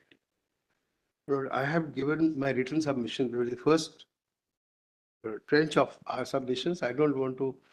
Can you just give us a reference? Volume 2. Volume 2. Volume 2, pages 4 to 44. Lord, I beseech your lordships to kindly allow me not to read them, but I'll treat them as read so that your lordships will have it, the text before you and you know what I'm doing. So I'd be in view of the paucity of time, because your lordships have,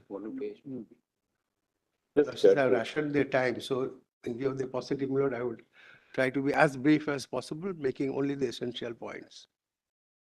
So very briefly, without going into my submissions right now, my lord, detail. First and foremost, your lordships have had enough of argument on both sides as to what is the scope of interpretation of the relevant entries. I would not go deep into it, except what I have to say at the beginning, with others I will not be in a position to develop my argument. 50 lordships have seen, we are only on 50 now. Just give us the volume so that we just have a look at which one. Volume 2, my submissions are in volume 2, my lord, page 4 to 44. 7 actually starts the index. That came in our earliest volume. Yes. It's actually PDF page 7, I think. Yes. Oh, I'm sorry, my lord. Now we have got it now. No. This is my first point. And their second set of submissions, my lord, with reference to the particular coal mines, that your lordship will get, my lord, in volume 2G, page 21. These are the two sets of submissions. Volume 2, my lord, is the first one, and 2G is the second, which is with reference to the Coal Bearing Areas Act.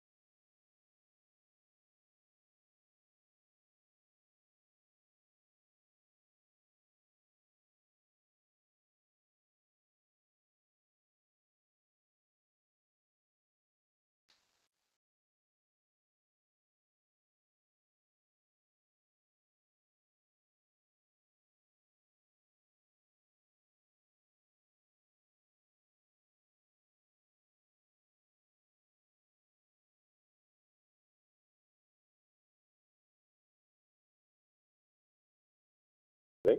No, I'm not reading. Oh, then it's okay. No, I'm not. Then you can just formulate it. I just Then you can just. give a reference, my lord, so that your lordships can read at your convenient time. My lord.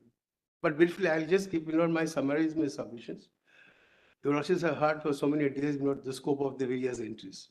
First proposition, that a law made by Parliament under NT 54 subsumes, my lord, the entire subject matter under NT 23 of list 2. There is no doubt. On that, there is no caveat. It is accepted. Because they are the same subject matter dealing with the law, and 54 undoubtedly covers, my lord, the entirety of NT 23. The question before your lordships, my lord, for your kind consideration is what is the scope of 50? Because 50 also has a reference to law made by Parliament with reference with regard to a subject matter, that is mineral development. But even your first proposition may not be, maybe a little overbroad, that a law made by Parliament under entry 54 of list 1 subsumes the entire content of entry 23. That may not be correct. Because then that would be glossing over the words to the extent to which. Quite right. To the extent Parliament has covered a field under entry 54, that field is taken out of entry 23. I agree with your lordship's observation, but only one thing I was wanting to say, no one has suggested to you that something else is left out in the 23 which is not covered, but this is a broad proposition. Right. Which is an accepted proposition. If there is some issue, somebody can say, no, there is still some, if it's left in 23, it's all right. Yes. But no one has claimed that they have such a right. And the decisions of this court, starting from Hingiri Rampur till Millard India Cement, all of them say so. That NT 54 really subsumes, covers the entirety of the subject matter of NT 23. There is no caveat on that at all. Now the question is, Millard, 50 is a tax entry, no doubt. And that is how, you know, the arguments were advanced from the survey, the state, that look, you go by what the Supreme Court has said, you know, since Sundaravai, that tax entries are independent, ordinance, other entries are general entries. Tax entries are not governed or controlled by this is true. You know, that's the arrangement of the broad arrangement of the Constitution and various items in the seventh schedule to the Constitution. The broad classification. So then I was not considering, you know, are there any exceptions at all? First, they were not considering that. Broadly, you see the tax entries are separate. The general legislative entries are different. They generally they don't overlap. But 50, everyone has accepted, Muller, that 50 is a sui generis provision. It is a tax provision, no doubt, but it allows a law made by Parliament, which is not with reference to a tax entry, to control it by laying down limitations. A limitation, Muller, I think is the word of the word is used of wider import. Limitations will not have no limitation. Limitation would mean any kind of limitation, any kind. You know, how the Parliament would have visualized, you know, we cannot. From time to time, you can only test the Parliament's power when it has exercised that power of limiting the scope of entry 54. Whenever the matter comes up before a Lordship's, you will test it, whether it is limiting or not limiting. But there cannot be a broad theory that limitation means only A, B, C, D and not D, E, F. Limitation of the type that we look into from 54 itself, that is, has to pertain to regulation and development. Of course, no doubt. Those are the most important words, not qualifying. So those words bring us back to entry 54, because entry 54 is the legislative entry which authorizes the Parliament to make law on that subject. Regulation and development. To that extent, it is not absolute.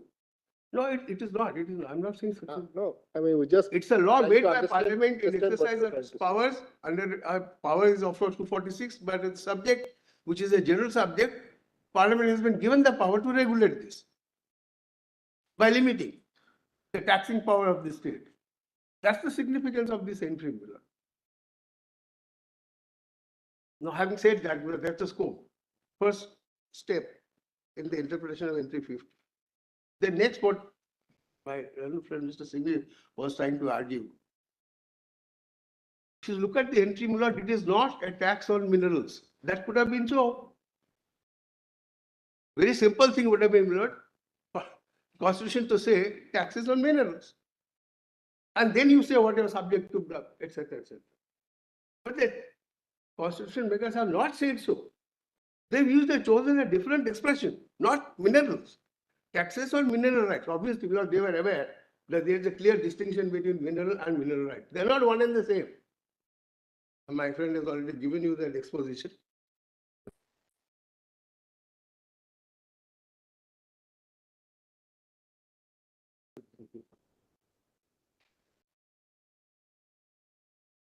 So therefore, while your lordships are interpreting Milord entry 50, kindly bear this in mind. This is my humble request. That the entry would have to be. I have to ask you.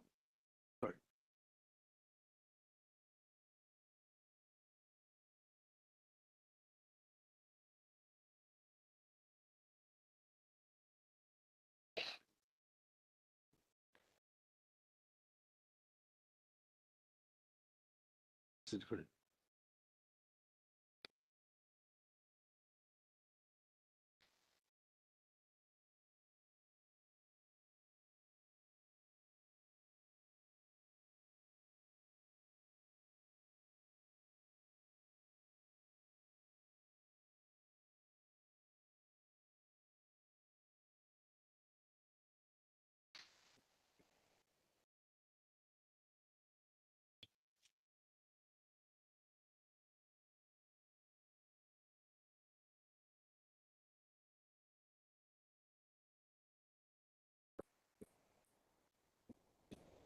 Voted open.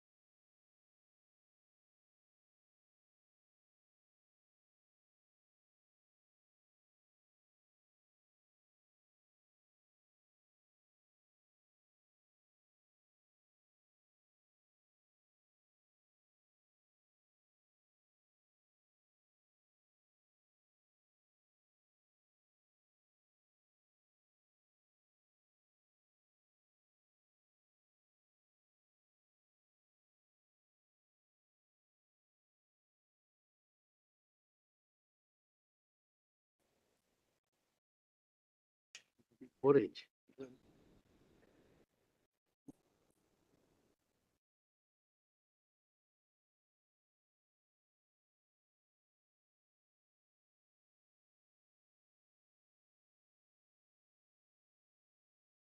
Four H কোথায়?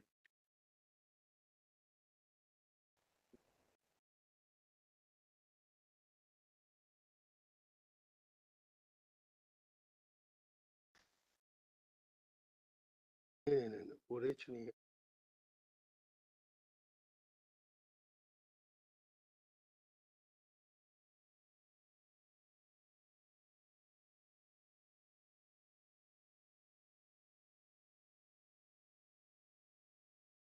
Only what is the core of your submission? Core of submission is this, Milord. The scope of entry 54 is not an entry with reference to levy of taxes on minerals. Entry 54. No, entry 50. That we got. I made a note of that. It's not an entry for taxing minerals. But mineral rights, that as you And rightly it is- said, Dr. Singh, we I asked. chosen to use a different expression, mineral right. Obviously, Milord, it has some meaning. And I cited some of the literature on the subject, corpus juris, Fair etc. enough. I will give you a lordship to Fair refer. enough. What is the next point? Milord, so therefore, this power has to be only with reference to mineral right and nothing else. Right. The question is, has Parliament made a law with reference to entry 54 restricting that right, which is authorized, not mineral, but mineral right? Has Parliament enacted a law with reference to developmental mines and minerals, restricting Milord or limiting the power of the state to tax mineral rights? So if the first concept, Milord, of mineral right being only a right to extract mineral and not a right in the minerals themselves, there's a world of difference between the two. On your fourth point, has Parliament enacted a law limiting the power of the states to tax mineral rights? Is the question, Milord, then? Your answer is yes. Yes. The MMDR Act is that sort of a law. You're quite right. And to understand that, Milord, what would have to be investigated or Milord looked at is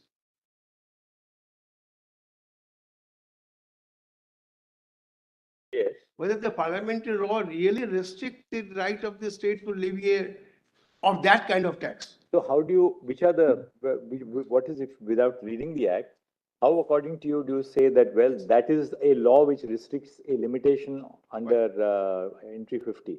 Now, Milord, if the right is to only the mineral right, if the tax is to the mineral right, then that would only mean that someone who holds a right to extract the mineral, which will be Milord by a grant of a lease or some other authority.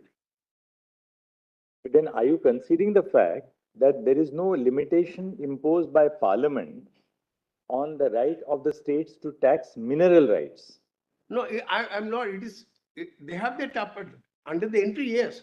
But now the next question is, has the Parliament put any limitation on that or not? Right. So I'm on that. has Parliament, one aspect is that you are saying it's not a tax on minerals, but a tax on mineral rights. Exactly.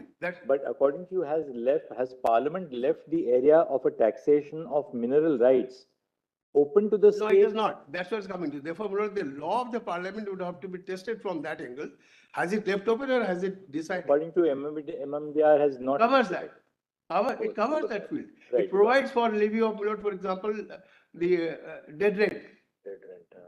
Dead rent is nothing but, Milord, a tax on a right to extract mineral in future time, as and when you think convenient for you. And another important thing you also notice, in the schedule to the act, the dead rent, the measure of dead rent is not per ton, etc., as you find for royalty. Dead rent measure is the extent of land, acreage. That's important. If you're not sure, can you have a look at it?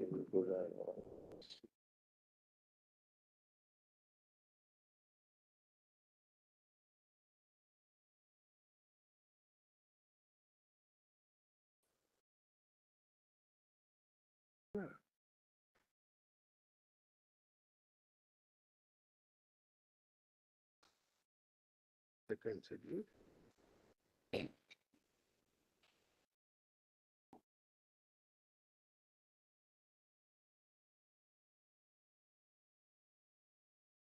Dead rent is provided under section 9A, corresponding schedule Don't know mineral. is not the third schedule. And I would invite your lordship's attention to that schedule because you have not been shown so far that provision.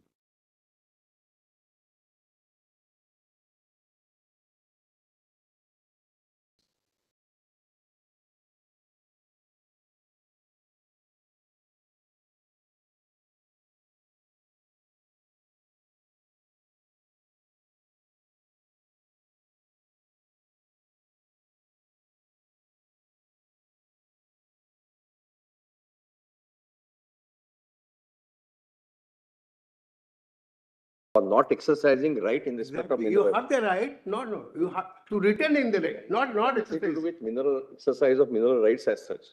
Because you are not utilizing the right conferred on you, and therefore you are. No, you are, I would put it, beseech your lordship, I need to consider, but what I will say is, you are holding on to the right, therefore you have to pay this tax. Not that you are not exercising. You are exercising the right by holding on to No, that but you right. pay That's all you either have. royalty or dead rent. If you are liable. If you are working, then of course, Right, whichever is higher. that is because that's not a mechanism to get more money. That's a different matter. Because it's an option for a lessee, either to work it or hold on to the right. But I'm only on the point kindly similar to Schedule 3. That gives your lordships an idea as to what is there. Therefore, a lease of mineral bearing land is not like a lease of any land. Suppose the government grants a lease in respect of some land. Government is still, we know that they provide for forfeiture if you have not constructed within a particular period. The idea there is that, well, you have taken a lease for a purpose, you must utilize it for that purpose. Similarly, the same concept in regard to dead rent, that, you are bound to fully exploit the mineral potential of the land which has been leased to you. If you don't, Then you have to pay this. No, there was a situation which I'll bring to your lordship. That's another point I have to make. There had been umpteen number of cases, my lord, where, I'm sorry, there are lots of some discussion.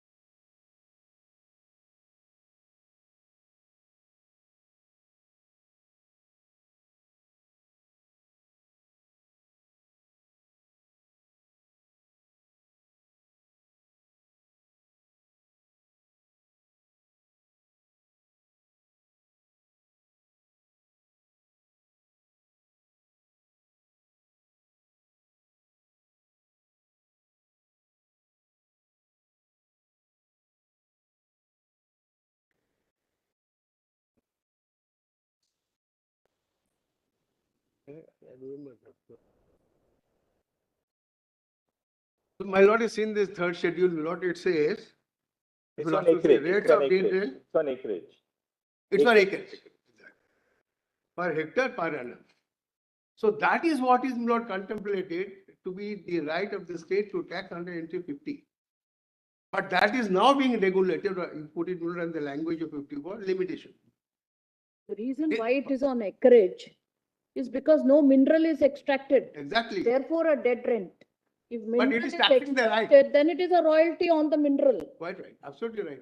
I bowed down to that observation. But when you are taxing the right to extract, that is the dead rent is in the nature of your right to extract mineral, which comes squarely under That is the 50. question whether payment of royalty or dead rent, whether it is an exercise of mineral right is the question. Or it is something else. The exercise of mineral right is holding on to the right. When you exercise that right and you produce pursuant to that right, you are in a different scenario altogether. Because now you have accepted the mineral, they're out. Fair enough. Now, what is the next point, Mr. Ganguly? And just to give a lordship an example, because my lord, the Chief Justice was pleased to observe that yes, it is a kind of a deterrent that so that people don't sit on their property and you don't allow the development of the mineral, though Parliament has desired to do so by enacting this law. Similar to what happened was There is a concrete scenario. Large number of private leaseholders had acquired leasehold rights but never used those rights. Large number of years. So what the Parliament then had to intervene to enact a law called the Coal Bearing Areas Acquisition Act. Acquisition and Development. Though that law would be referable to some other entity under this three for acquisition is only there. But this law was enacted for the purpose of giving effect again to the mandate of entry 54 for development and regulation of minerals. And that act was challenged by, actually the suit filed was basically by state of West Bengal in this court. Challenging the parliament's power to enact such a law. So their contention was, these are our property, how can you acquire our property? We are sovereign. So our sovereign rights can be acquired by parliament, that power is not given. The Rothschild negative that argument and upheld the validity of the act. There is a constitutional judgment. I'll give you also that judgment is here. And then what happened, interestingly, as a result of that act, all rights of the existing leasehold rights, whosoever had had it, right to extract mineral, those vested in the center under the act. But that act, Parliament authorized the central government to get the mines work through government companies on such terms, etc., as they choose to. So that act was given effect with that manner, where the government companies came in and they. States will not then question further to the government, to the central government, saying that we don't get any royalty from this because you have acquired our property. And it's a huge loss of revenue. The central government accepted this, and eventually Parliament amended the law in 1971 and made a provision under that act, introduced new provision, section 18A, enabling payment of royalty even in respect of these lands which are vested in the central government. That act I have to place before you because one case in which I'm appealing that directly relates to that case. That act you also will find is that volume 4L, page 2. Volume 4L, page 2 of that volume, you will get that act. I have to place that, I'll come to it immediately. What is the next point now, Mr. Yes.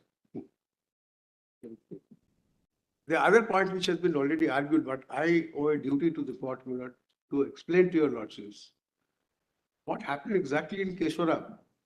How did Kesoram come to be referred to a bench of 5 judges? That Kesoram itself extracts. I have to show you that. What is the controversy that the Kesoram was asked to decide?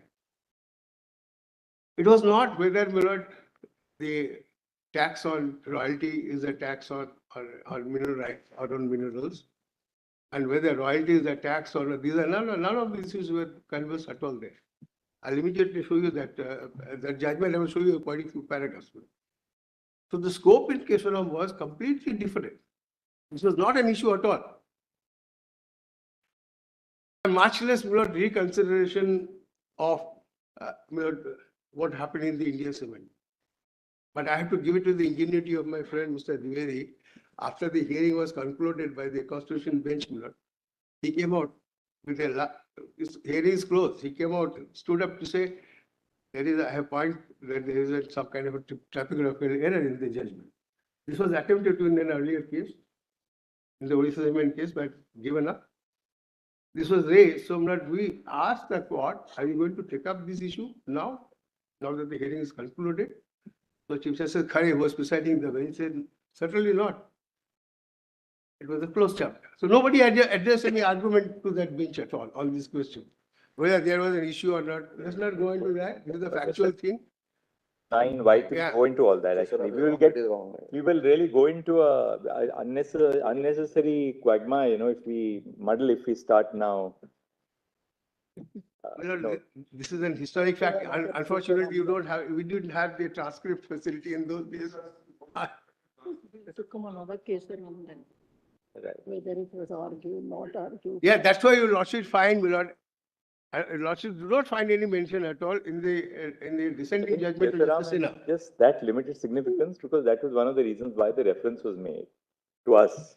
Now, once a reference is made to 9. I'll leave it at that, my lord. I only just pointed to how it had happened, but that this is important to know, my lord, that in Kesoram, this was not an issue at If we all. were a bench of 7, then certainly whether Kesoram could have done this, whether there was an error in adjustment would have arisen. So we would be bound by adjustment. We were a bench of 7. May I just take your lordship then through that Kesoram's decision only? No, not necessary, Mr. Ganguly. Not necessary. No, I'm not going to that. I'm only showing you what is the scope there and how it has been dealt with. That's okay. We'll look at your note. Something on the core now, if there is. Yeah. Otherwise, we'll conclude. Just one paragraph, my lord. Should permit me, volume 5 possible. Not necessary to read Kesoram. No, I will not. I would not read. I will only give you lordship the paragraph.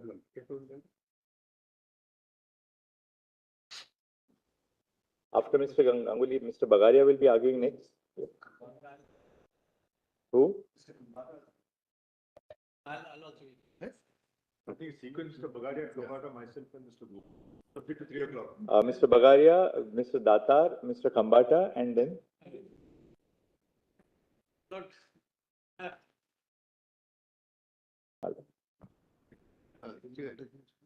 Is somebody raising both the palms? I sorry, I couldn't. No, I said is somebody raising both the palms because we found many. Only one.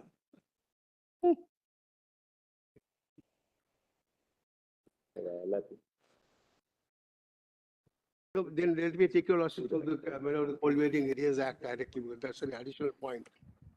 So may I visit your lordship kindly to see, my lord? Volume 4L. What do you want to refer to it for, Mr.? My lord, for the Coal Waiting Areas Act, your lordship have not seen that. And where there is directly an argument that once the mines come within the purview of that act, the tax at the entry 50 in any case not LJVable. So I want to show you also that act, how it is. But do we have to deal with that? Let a smaller bench deal with these issues, particularly, I think. What is the effect of the act? What is the effect of the act? We shouldn't really. Imposed by the parliament. No, this is also, Mr. Dwivedi, I think that's a better course of action, isn't it? this also, my lord, Otherwise, we start interpreting individual legislations, then we'll miss some legislation. That's not the scope of this reference. Yeah. no, we're not questioning the validity. Broad check aspects law. of the legislations can be kept in view. Volume बोलना है.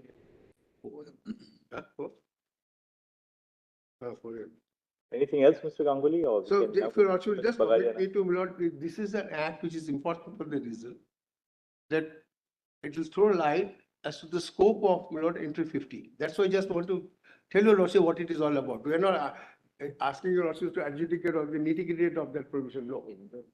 So volume 4L, if your lordship will kindly permit me.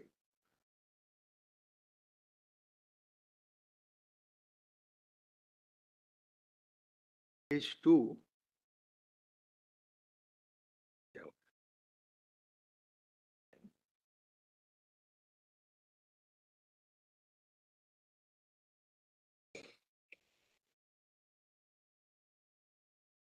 If you lordship will see the objects and reasons at page 2. Show us the relevant provision, Mr. Ganguly. Yeah, where the provisions are, first, if your lordship will kindly permit me to. 4L. Yeah, let's go to, 4M. first see, my lord, the preamble, if you are not going to, preamble, my lord, at page 5. Okay. You're making, and then we can maybe look at everything again. Section 4 is the preliminary notification which is issued, my lord, by the central government once the central government has come to the conclusion that coal is likely to be obtained in an area. So, section 4. Then, my lord, a notification under section 5. It is similar to, my lord, the land acquisition provisions. Effect of notification, what happens, my lord, all prospective license mining leases, they all cease to have any effect at all. The whole purpose was to acquire, my lord, the mining rights of those who are holding on to the leases and not operating the mines at all. Then section 6 is a compensation to them, Lord, that's not very relevant. Section 7, Because, I don't think that's been the scope of the reference. It's not argued this side. If we leave the interpretation of the act, the impact of the act on the, on the appeal or whatever there is before the regular bench. Let's not go into the. I understand that, Your Lordship, I leave it to the regular bench to go into the question of interpretation if there be any. I was only giving Your Lordship the scheme of it. It's just similar section 10, what happens? Let's leave it, Mr. Ganguly. I don't think we need to go into the act. Unless there's a formulation which you have and then want to just sort of illustrate that formulation with reference to a particular. I'm referring to this act for the formulation, Lord, that this is a clearly an example of how you can, the central government can control in exercise of its powers under NT 54 and some other powers. This is also NT 42 of list 3, because acquisition is specifically dealt with under 43. But 40, the power of acquisition was exercised, my lord, in furtherance of its obligation under NT 54. That's how I was reading to your lordship, my lord, the preamble. Preamble says, my lord, this that that we have large deposit of minerals, they remain unexploited. They are required for the betterment of the country and in the larger interest of industrial development in the country. Therefore, they cannot be left to be unworked for all these years. So we should acquire. That was the whole object. So this is nothing but augmentation of a law and in terms of anything else, Mr. Ganguly? Anything else now? NT 54.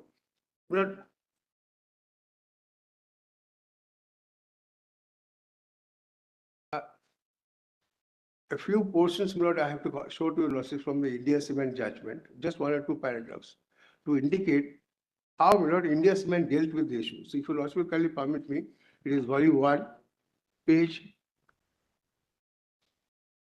sorry, my lord, it is volume 5H. No, it is not. I wrote this one.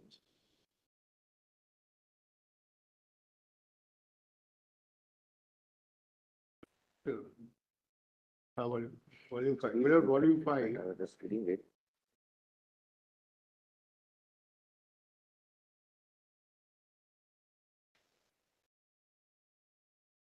Page, my lord, 1151.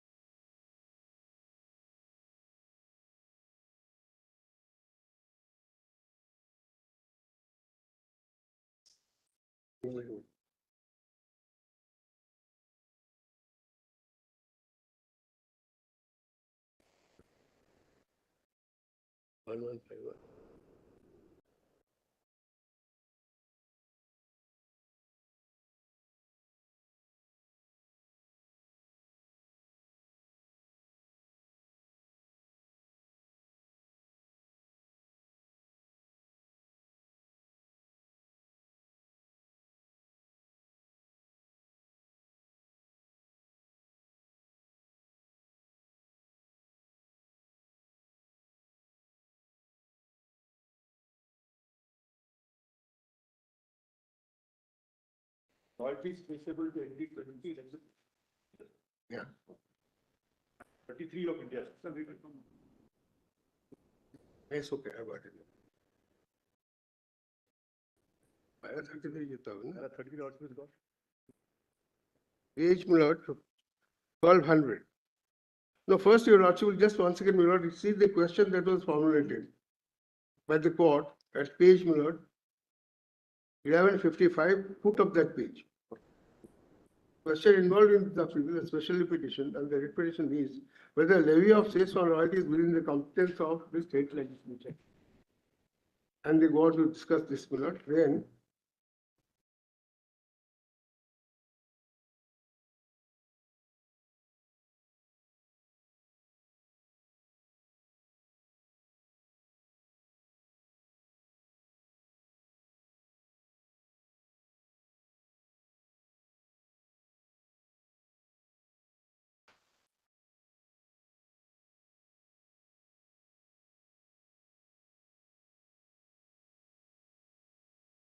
That first paragraph 24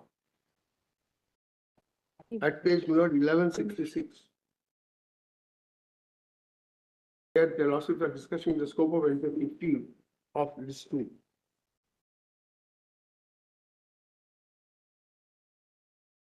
And then referring to Anantham's case, they also say all minerals which are under the earth can contain under certain circumstances fall under the expression land. But a tax on mineral rights is expressly covered by entry 50 list 2. If it is not under the head taxes under the heading 49 of list 2, they will render 50 redundant. So that was the argument note with regard to entry 49.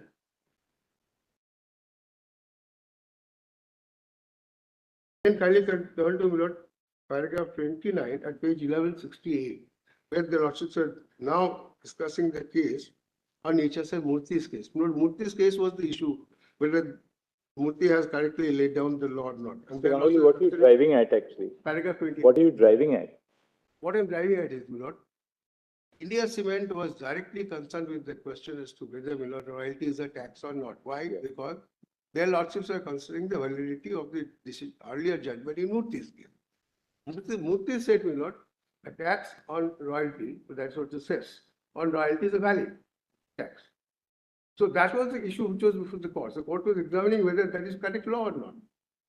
It is in that context, there was observed at paragraph 29, page 1168. The passage is quoted from HSI Murthy's case. Last 4 lines of the passage. After having said, that says is valid on royalty, the lordship says, our attention was not invited to the provision of any law created by Parliament.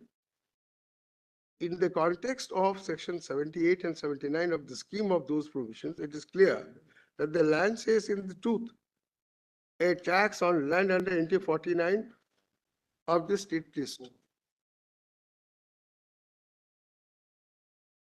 This is what Murthy had held. Now they are considering correctness of that properly. Next paragraph. There's paragraph 30. It seems therefore. 33 could be what you are driving at, I think. 33, para 33. Yes. I think that is where. I was going to 33, but I want to show you first also this, that the losses found that section 9 is the provision under the MFDA Act, which covers that. That is stated in paragraph 30. And what the losses said is, last sentence, on that is tax on royalty is not a tax on mineral right. It would therefore be in any event outside the competence state legislation. So they made again a distinction between tax on minerals and mineral rights. And in 32 first, and 33. 32 first, it is contained by Mr. Kesoram that the state has a right to tax minerals, which is completely different from what is the scope of NT 50. Now, that is being dealt with. Paragraph 33. In any way, royalty is directly relatable only to minerals extracted and on the principle that the general provision is excluded by the special one, royalty would be relatable to entries 23 and 50 of list 2 and not under NT 49 of list 2. Whereas the fee is covered by the central power under NT 23 or NT 52, the impugn legislation cannot be appealed. And then paragraph 34. Having said this, they clearly said that royalty is a tax, and the cess on royalty is beyond the permissible limits of the power of the state. This is very good. Then the lordships go on to discuss paragraph 34. See the beginning. In the aforesaid view of the matter, we are of the opinion that the royalty is a tax and as such cess on royalty, being a tax on royalty is beyond the competence of the state legislature because section 9 of the Central Act covers the field and the state legislature is denuded of its competence under NT 23 of this 2. Then the last sentence in any event, we are of the opinion that the cess on royalty cannot be sustained under NT 49. That's another argument.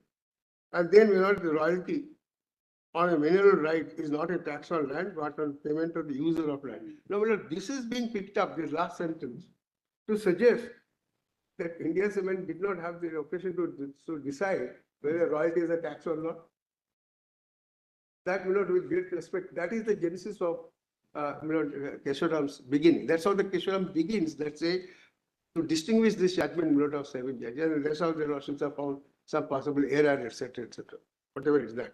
That part I don't want to go over it. But this is because of incorrect reading, of this paragraph 34, which flows from what has been held in the earlier 2 paragraphs. And it is very clear from the earlier 2 paragraphs that cess on royalty is a tax. Royalty is a tax and cess on royalty, therefore, is forbidden. Very clearly says so. And there's also a reference to a judgment by Justice V.S. Verma, then as his lordship then was acting Chief Justice.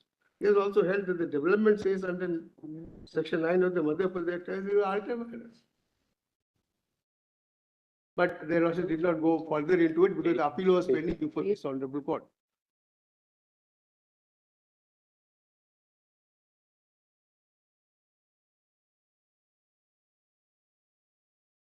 Royalty.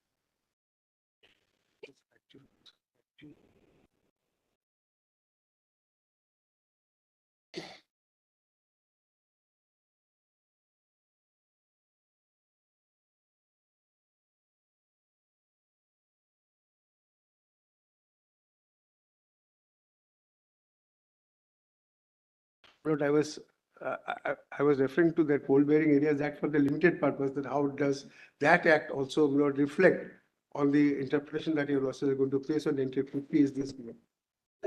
That's a law which has acquired all the rights of the existing leaseholders.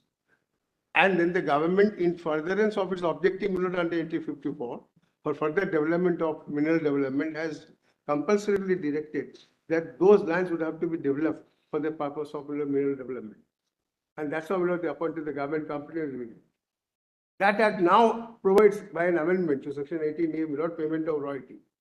So these government companies are paying royalty to the state because of that new introduction under Section 18A is from 1971. At the same time, now there is a further demand under the Odisha Act from the same companies by saying you now have to pay a cess, which is not calculated again at the rate of royalty.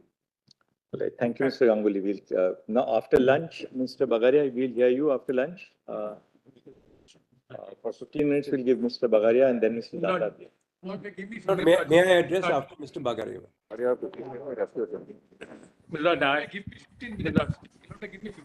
are going to conclude. We are going to conclude all arguments on this side at sharp 3 o'clock. One second. All of you sit down together. Whoever, 1 second. We are not going to do this. We are not going to haggle in ration time between council. That's for you all. Between all of you, you decide you have got 1 hour. Who will take what? If one person takes the entire hour, I'm sorry, we'll have to conclude at 3 o'clock. So we leave it entirely to your good allocation on who will allocate, how you will allocate time the last 1 hour before you conclude. I'll take 5 minutes because my case is completely different. My English seems to be improperly understood. You may take 5 minutes, you may take 50 minutes, you may take 59 minutes, 59 seconds. But that eats into somebody else's time. Just 5 minutes. All of you. Why don't you understand what I'm trying to say? Why do you understand what I'm trying to say? That 20 council, if we take 5 minutes for all of them, it goes to 100 minutes. So between all of you, at lunch as you leave the court, please ration out the time inter se. We are giving now 1 hour. We have made it, yesterday we said till 2 o'clock. We have extended it by 1 o'clock. by 1 more hour. 3 o'clock, Mr. Dwivedi will start arguing. Between all of you, decide how you will divide that 1 hour between ourselves. We have no difficulty. We'll hear everybody within that 1 hour. May I just say then that will your lordship segregate that Mahanadi coalfields and refer it to a regular bench? Will your lordship segregate Mahanadi coalfields? What is segregated is done tomorrow. That segregation we'll do tomorrow. Respondent number 87, because We that's can't do it like covered this. by the We central can't do it legislation. like this. You know, there'll be a mess if you Right. start Very just well. throwing things like that. Very well. What is Maha? We are looking at this Malords, on- conceptually. Tomorrow, all of you give us that these are the matters which have to be detagged. That's why we said that. Will do, right. Malords, on behalf of the NTPC, we'd go by what the learned solicitor has said, Malords. All right, Mr. Bagaria, then after that followed by Mr. Khambata. Yes. Yes, yes, Mr. Bagaria, Mr. Datar, Mr. No, Khambata. Lakshmi put Kambata, he's got some difficulty after. All right. Let Kambata go first, I'll follow him. All right, so Mr. Bagaria, Mr. Khambata, and then Mr. Datar. And All within 1 hour. 5 minutes. We'll try, we'll do it. If your lordship says so, we You have. may be entirely right, but just appeal to the seniors who are preceding you, that's all.